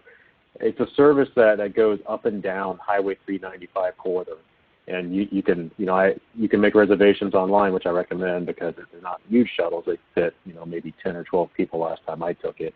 But it's another source of information for you guys to use if you have to get up and down Highway 395, which I think is going to be used a lot this year. Can I make some commentary on the flipping thing? Go for it. Yeah. If you guys get to Kennedy Meadows South, and you've been kind of doing your planning based on, people said I should be there like mid-June. That's sort of an idealistic time, and we haven't had an idealistic winter. I mean, what would one be? Maybe a non-winter. But anyway, mid-June this year at Donner, even Soda Springs, Sugar Bowl ski area, Squaw Valley ski area. Squaw is going to be open till the 4th of July. And the only reason why they're going to close is because people are more interested in water skiing than snow skiing come July. People from the flatlands. So they'll eventually close. Doesn't mean the snow is going to be gone. So if you guys arrive mid-June to Kennedy Meadows and think, okay, I'm just going to flip up to Sierra City, what you're flipping to is not only going to be still snowbound, but it's also in trees. And the combination of snow and trees is not a good thing for staying found and following a trail, unless you have a GPS and you can cheat a little bit. Because in trees, you can't see your high references on ridges to navigate by, which is what you've learned through the Sierras. I see that rock in the path, whatever, I'm going to go that way. Once you're in the trees, you pretty much have got to, it slows you down. You're following your GPS. You don't want to get lost, that kind of thing. Northern California is comprised of low spots and high spots. So, yes, you're right in your theory. I'm going to flip up to Northern California. However, around Lassen, around Shasta, the Salmon Trinities, the Marble Mountains, the Siskiyous, those are all your high points. Yeah, you'll have a few places down low, sure, just like you will in Oregon. Some of these highway crossings that Matt's got here, that's where the highway crosses the spine. Obviously, it's going to be high. The trail does sag down a little lower between the high points. So Oregon, interestingly enough, is comprised of lots of ups and downs, but they're really gentle and mellow. But they're all in trees, so the area holds its snow. I went through there, like I said earlier, in July. My month of July was all Oregon, and I was on two or so feet of snow the whole way, except for when you were below the snow line. And in Washington, I was on 1 to 2 to 3 feet of snow all the way up to Rainy Pass, and that was the end of August. So that was after a normal winter. So this stuff can happen, but go ahead, Matt. Yeah, you actually bring up a really good point that's it's not really shown here explicitly. In NorCal, where these highways are crossing the PCT, you got big climbs after this. I mean, Sierra City, big climb, like a couple thousand feet. Belden, like a 4,000-foot climb. Out of Sayad Valley, like a 4,000-foot climb. So just because, if you call ahead and Sierra City says, hey, yeah, we have no snow here, well, you got to look above that. I'm just giving you the elevation that's right off the half-mile maps. But Northern California is the trail. It's up high and it goes down really low, so you can pick up a heavy resupply box just to go right back up again. So just kind of keep that in mind if you decide to flip. Yeah. So your flipping strategy, if you think that oh my God, you're sitting on the porch of the Kennedy Meadows General Store and everybody's going like high anxiety about how much snow is there really. I wouldn't flip. I'd simply dial back your jets, plan for a mile an hour through the snow, enjoy the hell out of the Sierras. It's freaking awesome place to be. Go slow, enjoy it, because once you hit Sonora and you're up on the ridgeline again, you're out of the washboard of Yosemite and some of the canyons of the High Sierra, you'll be able to make better time.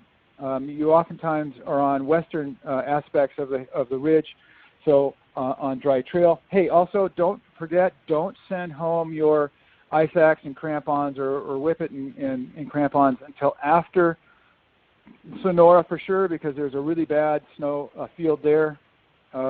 Casey Cox could probably tell us more about it since he base camps his resupply there. But a number of through hikers over the years have gotten severely hurt there and had to go home, call their hikes, quit. So this year I would anticipate, since I still had 3 feet of snow at Echo on June 1st, on my hike, you're going to have snow all the way to Donner. Just get used to it, and then as you hit NorCal and Oregon and wherever you have a good consolidated snow, I was doing my 20s and 24s up there, and it was able to catch up to my schedule. So don't sweat it. All I'm saying is I don't think that flipping is going to help you guys at all. Just enjoy the northbound trip and not even waste your time and money trying to find a nice soft spot, a nice dry trail, because it ain't going to last for long. So yeah, the rest of the slides are more about resupply, and I think I really want to spend some time here on the questions. I know a lot have been coming in, and I apologize we haven't gotten to them yet. I just want to make sure we got through the past slides before we address them. I'm going to call a little bit of an audible. I'm not going to spend too much time on the resupply points because I know you guys have probably researched that to death.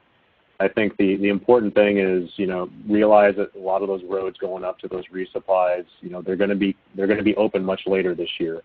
And that's going to be a dynamic thing that's changing. So just keep that in mind when you're trail angel at home and send a box to, the Tuolumne Meadows post office or Kennedy Meadows North or, even south. But one thing I did find that was really useful is Yogi has these laminated resupply cards. And, they're only $15. They're very light. You can fit them, in your pack, wherever. And it's great to kind of make changes on the fly with your resupply box. Not only that, but maybe with a bounce box too, which I found to be very useful, especially since I was nursing a foot injury for 1,000 miles. So I'm not going to spend too much time on the resupply unless anyone has any questions on that. And I have some slides here that you can reference later on. But I'd really like to get to the questions that have been coming in because I know I haven't been addressing those. Uh-oh, did I lose my, oh, there it is. Okay, yeah, 11 questions. So I'm just going to go through them, as they came in. I'm sorry it took so long, but Gil asked, what about us Sobo hikers entering the Sierra mid-August to exiting mid-September? So, yeah, Ned kind of touched on this a bit. I think you're still going to get snow. Oh, good luck with that timing, Gil. Yeah. Let's just briefly talk southbounders. After a heavy winter, even the locals, you guys should probably get a hold of the staff at the Goat's Beard Mountaineering Store in Mazama, Washington, right off the trail near Hart's Pass. They can tell you what the boots on the ground conditions are like, but what they'll also tell you, since I used to teach up there, is that after a normal winter, they don't want to get on the trail until about July 4th. And a light winter, it'd be middle June. So a lot of the PCT through hikers are going like, wow, I heard middle of June start southbound, dynamite, I'm getting out of school, whatever, I can start right away. No, not this year. After a heavy winter, it's more like August 1st.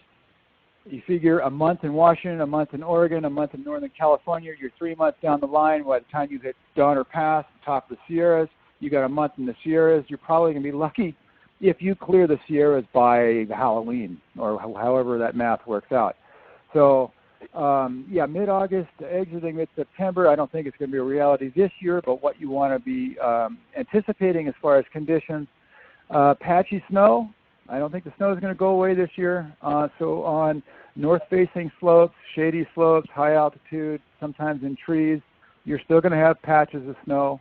Yeah, there's going to be a boot track, so no big deal. But the temperatures start to fall around mid-September, beginning of October.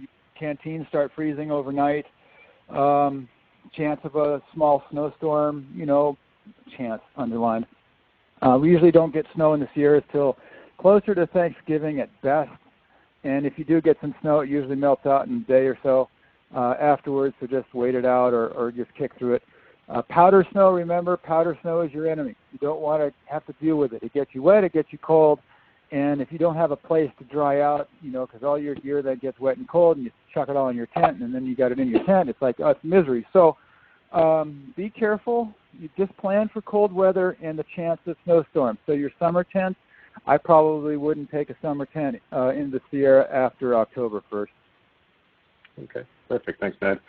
So Stephen asked, will the slides be available? Yes, they will, although it's a really big file because of all the photos. Just send an email to the water report at that email address that I mentioned earlier, or you can just friend me on Facebook. And I've been sending presentations a lot just through Facebook Messenger. I don't know if there's a maximum on it, but I'll try. I will upload a recording of this to YouTube after this webinar is over. It usually takes a few hours for the software to process it. So look for it tomorrow, and I'll post a link to it so everyone can see it. Marissa asks, ice axe or will a whippet suffice? Ned, this is definitely in your area of expertise. Let me dive into that one. But first I want to tell Wendy, Wendy's asking a question about Muir Pass Resupply. Yeah, they are still doing it, so contact them, Wendy. That's Casey Cox. All right, Marissa, very good. Good to hear from you. Glad you're here. Here's the deal.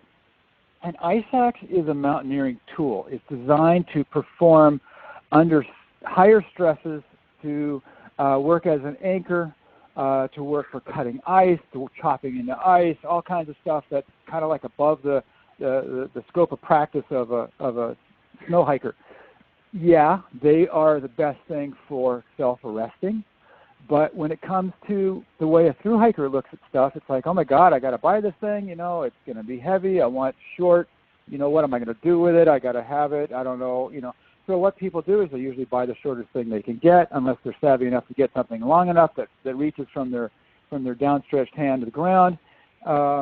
And then maybe they could use it for an anchor, like say traversing up Mather, Pinchot, Forester, that kind of deal. Some of the skills we teach. But anyway, the problem is that to use an ice axe as an anchor, uphill hand anchor, you're bent over. And oh my God, now my pack is bent over. I'm feeling unstable. I've only got one pole and an ice axe. So what actually works better for the snow hiker is to first avoid the fall by maintaining your balance. How do you do that best? 2 poles. And then, okay, so falls and slips are unforeseen. So what do I do next? Well, one of your poles, you only need one whippet. One of your poles also has a self-arrest top on it, has a pick on there. It's not designed to withstand the tremendous forces that an ice axe would, so therefore it's not rated as a climbing tool. However, it's in your hand all the time. I don't know when I'm going to fall. Yes, I do fall. And so if I have my whippet in my downhill hand, which is where you carry it, strapped through your wrist, the other pole unstrapped, because if you fall, you want to jettison it. It's in my hand. I can self-arrest. I can do the best with my tumble, because it's usually ass over tea kettle. You're trying to figure out which end is up, which way you're going. You're increasing in speed just exponentially. Find your whippet, your self-arrest pole, get it into the self-arrest position, roll over on your chest, and effect a self-arrest, or arresting your slide. So to answer the question, yes, go with a whippet, not an ice axe, as a snow hiker. All right, good deal. Did I kill that one? Oh, no, that's good. No, it's an important point because, I think most hikers, bring ice axes, and I was one of those hikers 2 years ago, but this year is different, so I wanted that question to come up. Fritz asks, will the snow section on the water report cover full ridge and not Bay and Pelham? The answer is yes. So I showed that earlier. You guys just go to the water report, click on the Sierra Snow and Pour report, and yes, we are putting those sections in Southern California in there also. Okay, so let's complete that. Stephen asks, we are hiking mid-July to mid-August with a 10-year-old, 14-year-old. Is there any specific advice you can offer to make such a family adventure success? Stephen, I would recommend that maybe you take that offline with Ned. That's a pretty long answer, I think, to that question. And Ned, I think you have more experience in that. I'd probably think twice about that one. It's your classic summer season, but we didn't have a classic winter. So not with the 10-year-old. I'd be shy on that one, but I can talk more to you guys later. Ned at mountaineducation.org is the email. Perfect. Pam asks, for Sobo on the J&T, will Mount Whitney be accessible by the end of July? I don't know. What do you think, Ned? It ain't going to go away. The snow ain't going to go away right away. The western aspect of Whitney is going to thaw out obviously faster than the eastern because the morning sun is cooler, and then once the sun swings around midday, that whole wall gets shaded in up the trail crest. So that area holds snow. I wouldn't really want to be there. Even end of July. End of July is going to look like the latter part of June. For those of you guys who've been in there after a normal winter, there's still lots of feet of snow in there. So I think there's going to be, snow line is going to be about 11,000 maybe in July, and patches below that. You'll have a good approach. But by the time you get down there going over all the high passes, you'll have a pretty good idea what Whitney is going to be like. You'll see it from a distance. You're going to go like, oh, I don't know. You'll assess it from a distance. Yeah, it's going to change a lot between now and then, and that's one of the reasons we decided to add that snow report onto the water report. So, for any of you, hikers who do go up there, please let us know what the conditions are like, and please post photos to that Facebook page that I talked about earlier, because I think a lot of people behind you will benefit from that. See, Katie asked, wondering if you will broach the subject of how to cross a river stream. So, yeah, we kind of talked about this a little bit already, and I think Ned does cover this in his course. But Ned, maybe you can give the 10,000-foot overview on maybe the top 3 things you should do, or is that even possible? Yeah, kind of. I just really bullet points. When you get to the creek, think of the acronym STOP, which stands for Stop, Think, Observe, Plan. In other words, drop your pack, assess the flow rate, how much push it's going to have against your legs. Can you see the bottom? Are there boulders? Are there pebbles? Does it look like something you can do? If it looks questionable, go upstream, downstream, take some water, take some snacks, explore. Like I think I saw Peter made a mention earlier that if you go, what was it, Peter, upstream or downstream from Bear Creek, there's a log crossing or something like that, downstream. Okay. What you want to do is you want to stand on the side of the creek, assess whether you can cross there, if you can cross there. Because sometimes in the summer, there's a line of rocks and junk.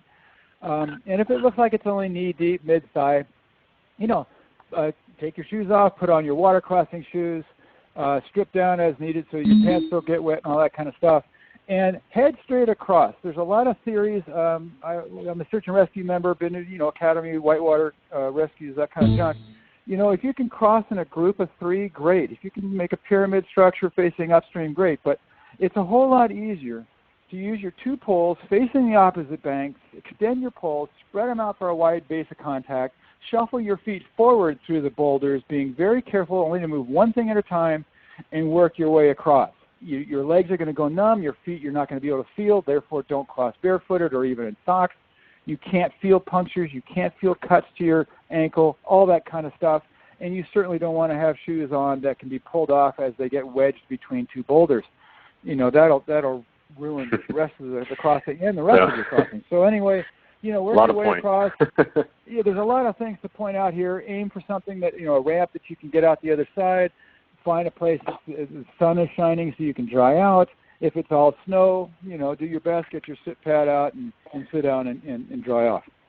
All right, perfect. Thanks, Ned. So, I'm going back and forth. I don't know why there's 2 places to ask questions, but Amy was asking what is the name of that Facebook page. So, Amy, if you go to Facebook, and it's called PCT Water and Fire Update Group. I might be changing that pretty soon, though, to Pass and River Crossing Group. But yeah, just go in there and click on join, and I approve everyone who has to join. So no issues with that. Can I bring up another question?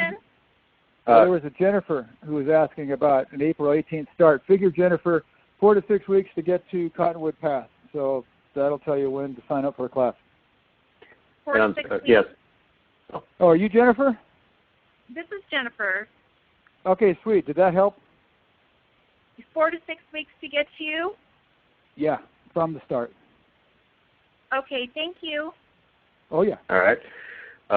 Akalesh, and I apologize if I'm not pronouncing your name correctly, says, is it safe to camp very next to the pass, for example, Helen Lake, very next to Muir Pass? My 2 cents on that is I don't see any problem with that as long as you're okay with sleeping on snow, but definitely don't camp on the pass. On the pass can be extremely windy and just leave for a very long night for yourself.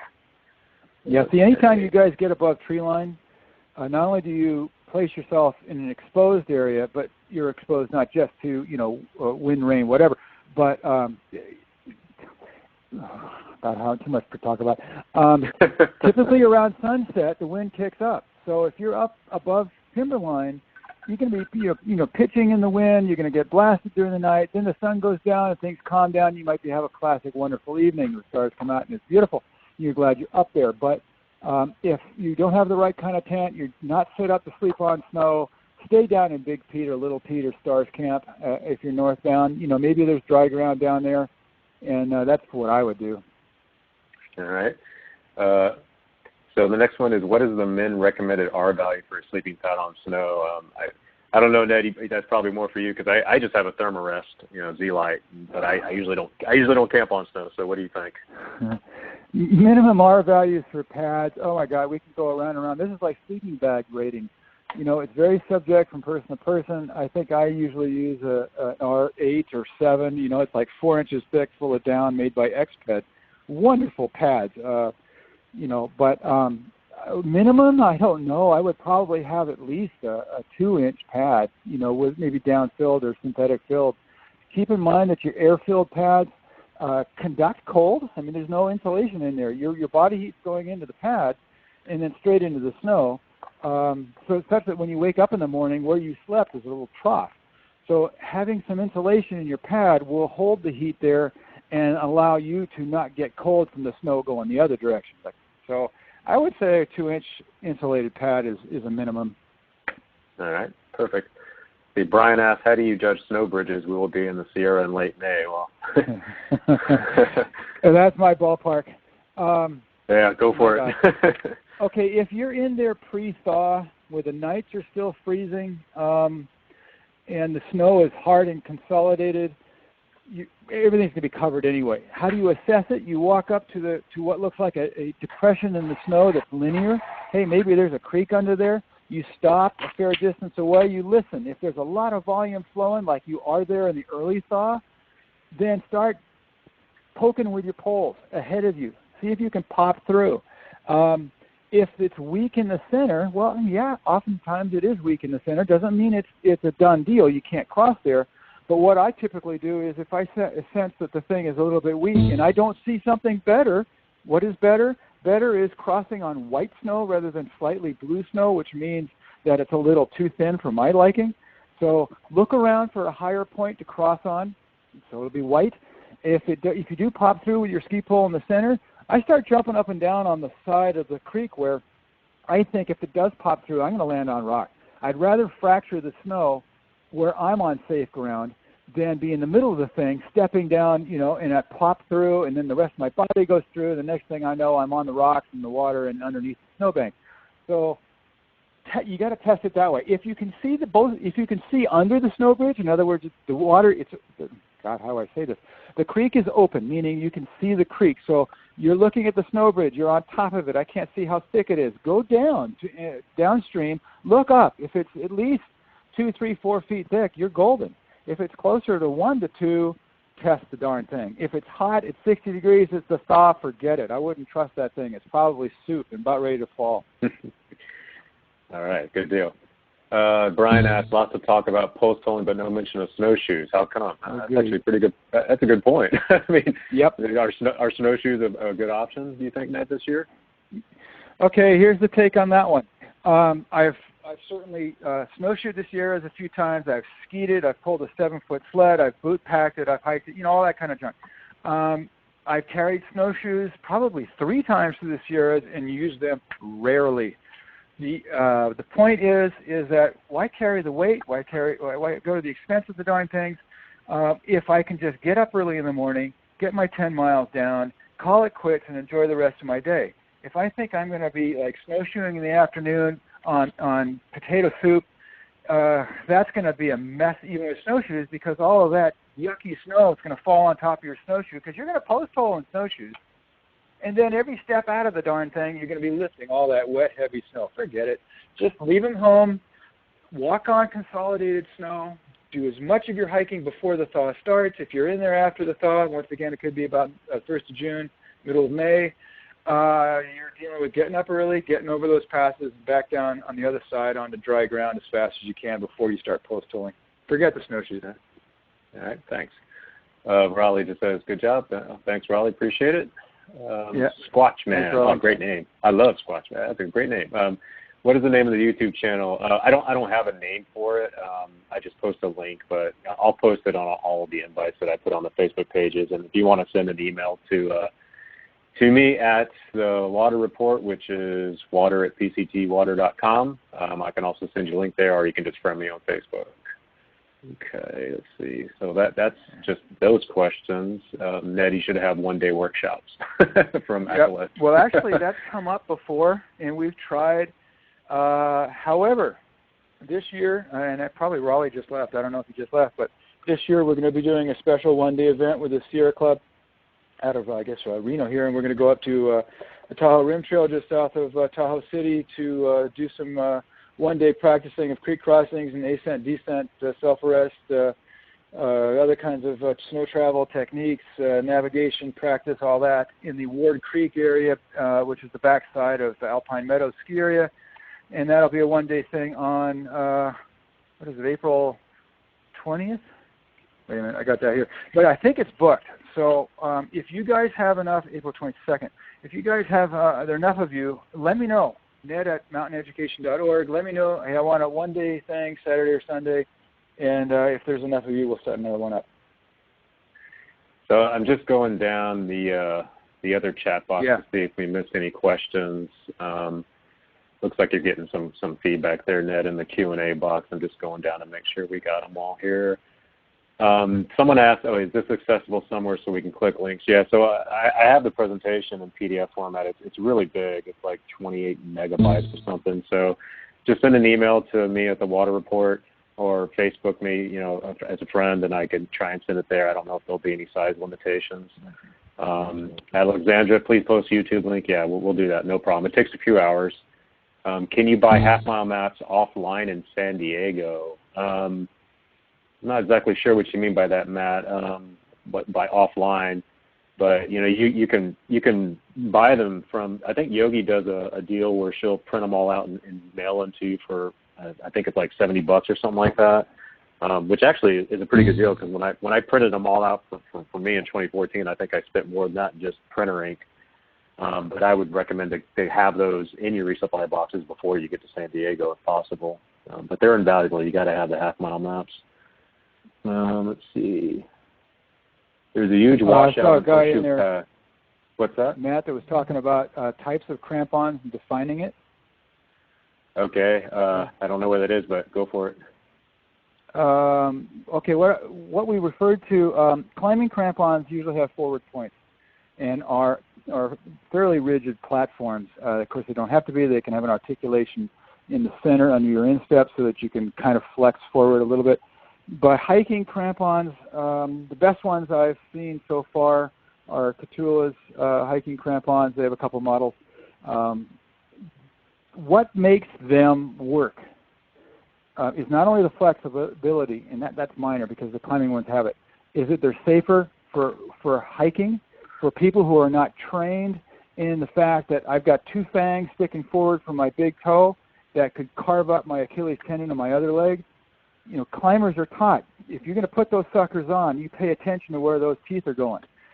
Snow hikers, they're putting crampons on to cling to the hill a little bit better, and they're not really thinking about where their toes are swinging, and it's best not to have the two forward points. The main point, though, that sets microspikes or chain designs apart from hiking crampons are the fact that the hiking crampon frame wraps up along the side of the foot, not just in the toe and the heel, but it should have some kind of metal wrap-up strap attached on the sides of the feet. So therefore, when you take that, what I call a wild-ass step sideways on a steep hill to catch your balance, the force of your foot slides into the framework, whereas it would simply roll out of the microspike. So that's what I'm talking about when I'm talking about hiking crampons, is that kind of design.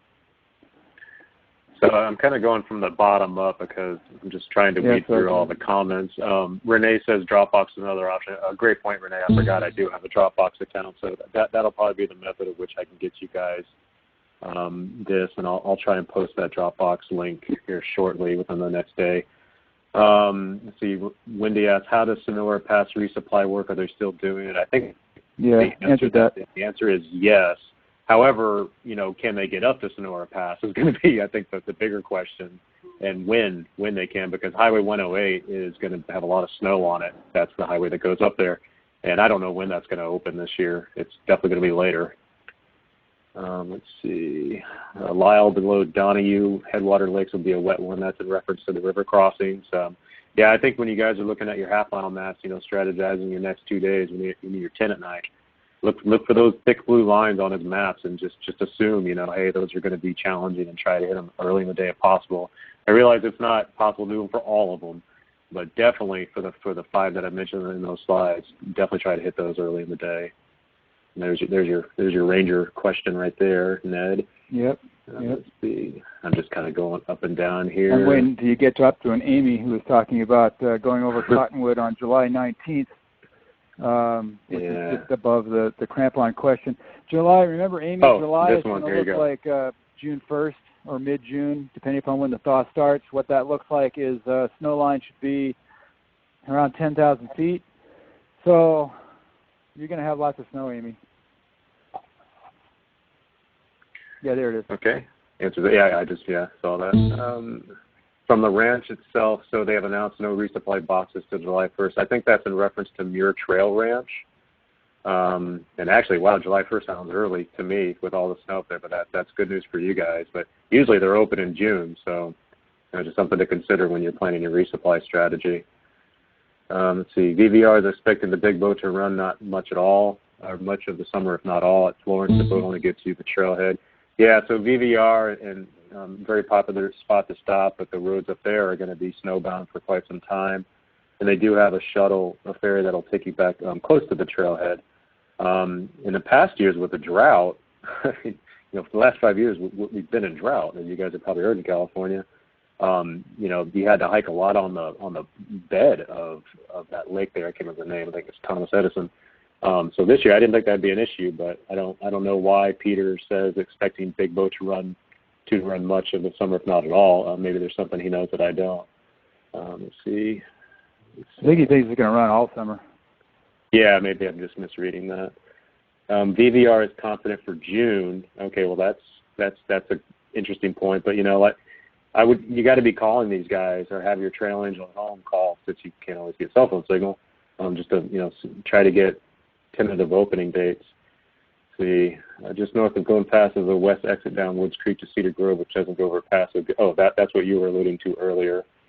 Well, that would be Baxter. Oh no, that's going down to Cedar Grove. Yeah, that's a loop. That's that famous 50-mile loop that all the Boy Scouts take and everybody takes. Yeah, so that's the Roads End one that Ned talked about earlier, and it is an option. I think the thing that you guys have to remember though is that the road to get up there won't be open until later, and I don't know when they're going to open that road. And it has to go high before it goes low into Kings Canyon, so it's gonna have snow issues. Let's see. Yeah, half-mile maps are free from PCT website, which is true, or you can have them printed by Yogi. That's also true. There's a huge washout in Horseshoe Pass Road that is very uncertain of being repaired before summer. Oh, that's an interesting comment there. That's the first I've heard of it. Yeah, I've got a contact down there that has yet to get back to me on that, but the pictures have been on the Facebook pages and stuff like that. All we can do is hope. Usually they open the thing up by about mid-May, even without the washout. With the washout, they say it's the number 2 priority besides Whitney Portal Road. We'll just have to see. I don't anticipate the darn thing to be open until sometime in June. Yeah, and that could complicate things. So let's see. Daniel just asked a question. When you mentioned don't use a summer tent, is a 3-season adequate enough in your opinion? Okay, Daniel, when we talk about different season ratings, it's like sleeping bag ratings. I mean, a manufacturer can call something a 3 or 4 season, but if you've used enough of them in bad weather like we do, because we teach our snow basics classes from January to April, we're out in the nasty snowstorms where we get 3-5 feet of snow over a weekend, and the tents get burdened down with weight and pushed in from the side. So you got to talk about tents from a design point of view, and I have written quite a bit on that. Let me just see on the Mountain Education Facebook page. Let's see, tent design 1, 2, and 3. I think they start 2016 October 15th, 19th, and November 4th of 2016. All about tent design and what makes them summer or 3-season. Most 4-season tents aren't. At least when it comes to the main backpacking market. You know, you got to get into your expedition tents to have a real four-season tent. But we could talk forever on this, and we don't have the time, I think, right, Matt? Yeah, we got to be wrapping this up here pretty soon here. But, you know, Ned is a wealth of information, so, you know, you can find him on Facebook and also through his website. There is one question, though, here on what type of boots do you recommend? Oh, boy. I know. Yeah. Okay. Well, you want me to take that one, or you want to take that one? Well, there's two perspectives. In a normal year, I mean, personally myself, I wear Los Nativos Wildcats. That's what I used on my 2014 hike. I just got used to my feet being wet. But this is a different year. So maybe boots are better. I don't know, Ned. I'll let you field that one. Okay. I use Limmer boots. Limmer Boot Company. I think it's from New Hampshire or something, Connecticut. Anyway, before that, I used Vask and Red Wing and a Solos, all full leather, all traditional hiking boots. Reason being, especially in snow. Hey, I'm in snow all the time. I need a boot that can't be twisted from. You grab the toe in one hand and the heel in the other, and you try and twist it longitudinally. On axis, it can't be twisted. So therefore, I can literally stand on the edges of my shoes, and as long as there's a sharp edge, hey, I can stand on a crusty, hard snow. Or if I kick a little bit, the Vibram lugs, really deep lugs, hard lugs, they're going to grind into that crusty snow, and I can create a foothold without even needing crampons or microspikes. So a good boot goes a long way. I don't get wet feet in mine. You put your shoe grease on the outside. I go through the creeks. I got my tall gaiters. My feet don't get wet. So I don't have the problems that a lot of people have with the lightweight footwear that gets wet all the time. I don't remember what year, Matt, it was. I don't know if it was 13 or 14, but people were experiencing trench foot. And it's like chronically wet feet all the time is not going to be healthy for your feet. So you've got to find what works for you, what doesn't, but you want a good edge. You want something that you can stand on that edge and it's not going to turn into a ski. You want a vertical face on your heel so that you've got a brake. Your heel is your brake going downhill. Otherwise, what are they called? Monosole, whatever, waveform soles. Those turn into skis. Get a little soft snow in the lugs, you're going down the hill. So that's the kind I recommend. Traditional leather boots that can be treated on the outside and have enough airspace inside, because of two pairs of socks that you're moving air in your boot. And I've never even had a blister. Matter of fact, I went as far as to take my Limmer boots right out of the box in Kennedy Meadows, throw them on my feet, not greased up or anything, and never had a blister. And there were three of us, brand new boots, each one of us, and nobody got a blister, and I've done that twice over the last 6 years. So I can attest to not all boots are cement shoes. So for footwear is a very personal issue as with food, and everyone's system is different. It's taken me many, many years of multiple backpacking trips in the Sierras to figure out what works for me. And I tell a lot of people, there's a lot of people who are hiking the trail who have a lot of experience. There's a lot of people who don't have a lot of experience, and that's fine. But I really recommend that you guys get out there and do like a 3 or 4 day trip with all your full pack on, just to figure out what works for you and to figure out how your feet are going to react to this, because everyone gets blisters in different ways and everyone reacts to them differently. So it's a highly personal question, for lack of better words. I think I heard one more question come in. Yeah, can I take that comment a little further? Sure, go for it. Yeah. For the people on here that want to, they're not doing it this year, but they want to do the PCT next year, or they want to do the JMT next year.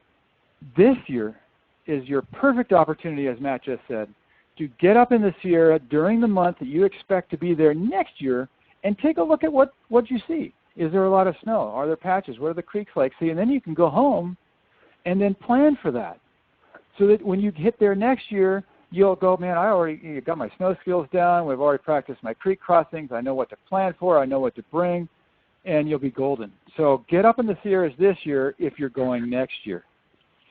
Yep, good point. Achilles, you were asking why double tap. It's a reference to the movie Zombieland. If you haven't seen it, take a look at it. It's a great movie. I don't see any other questions.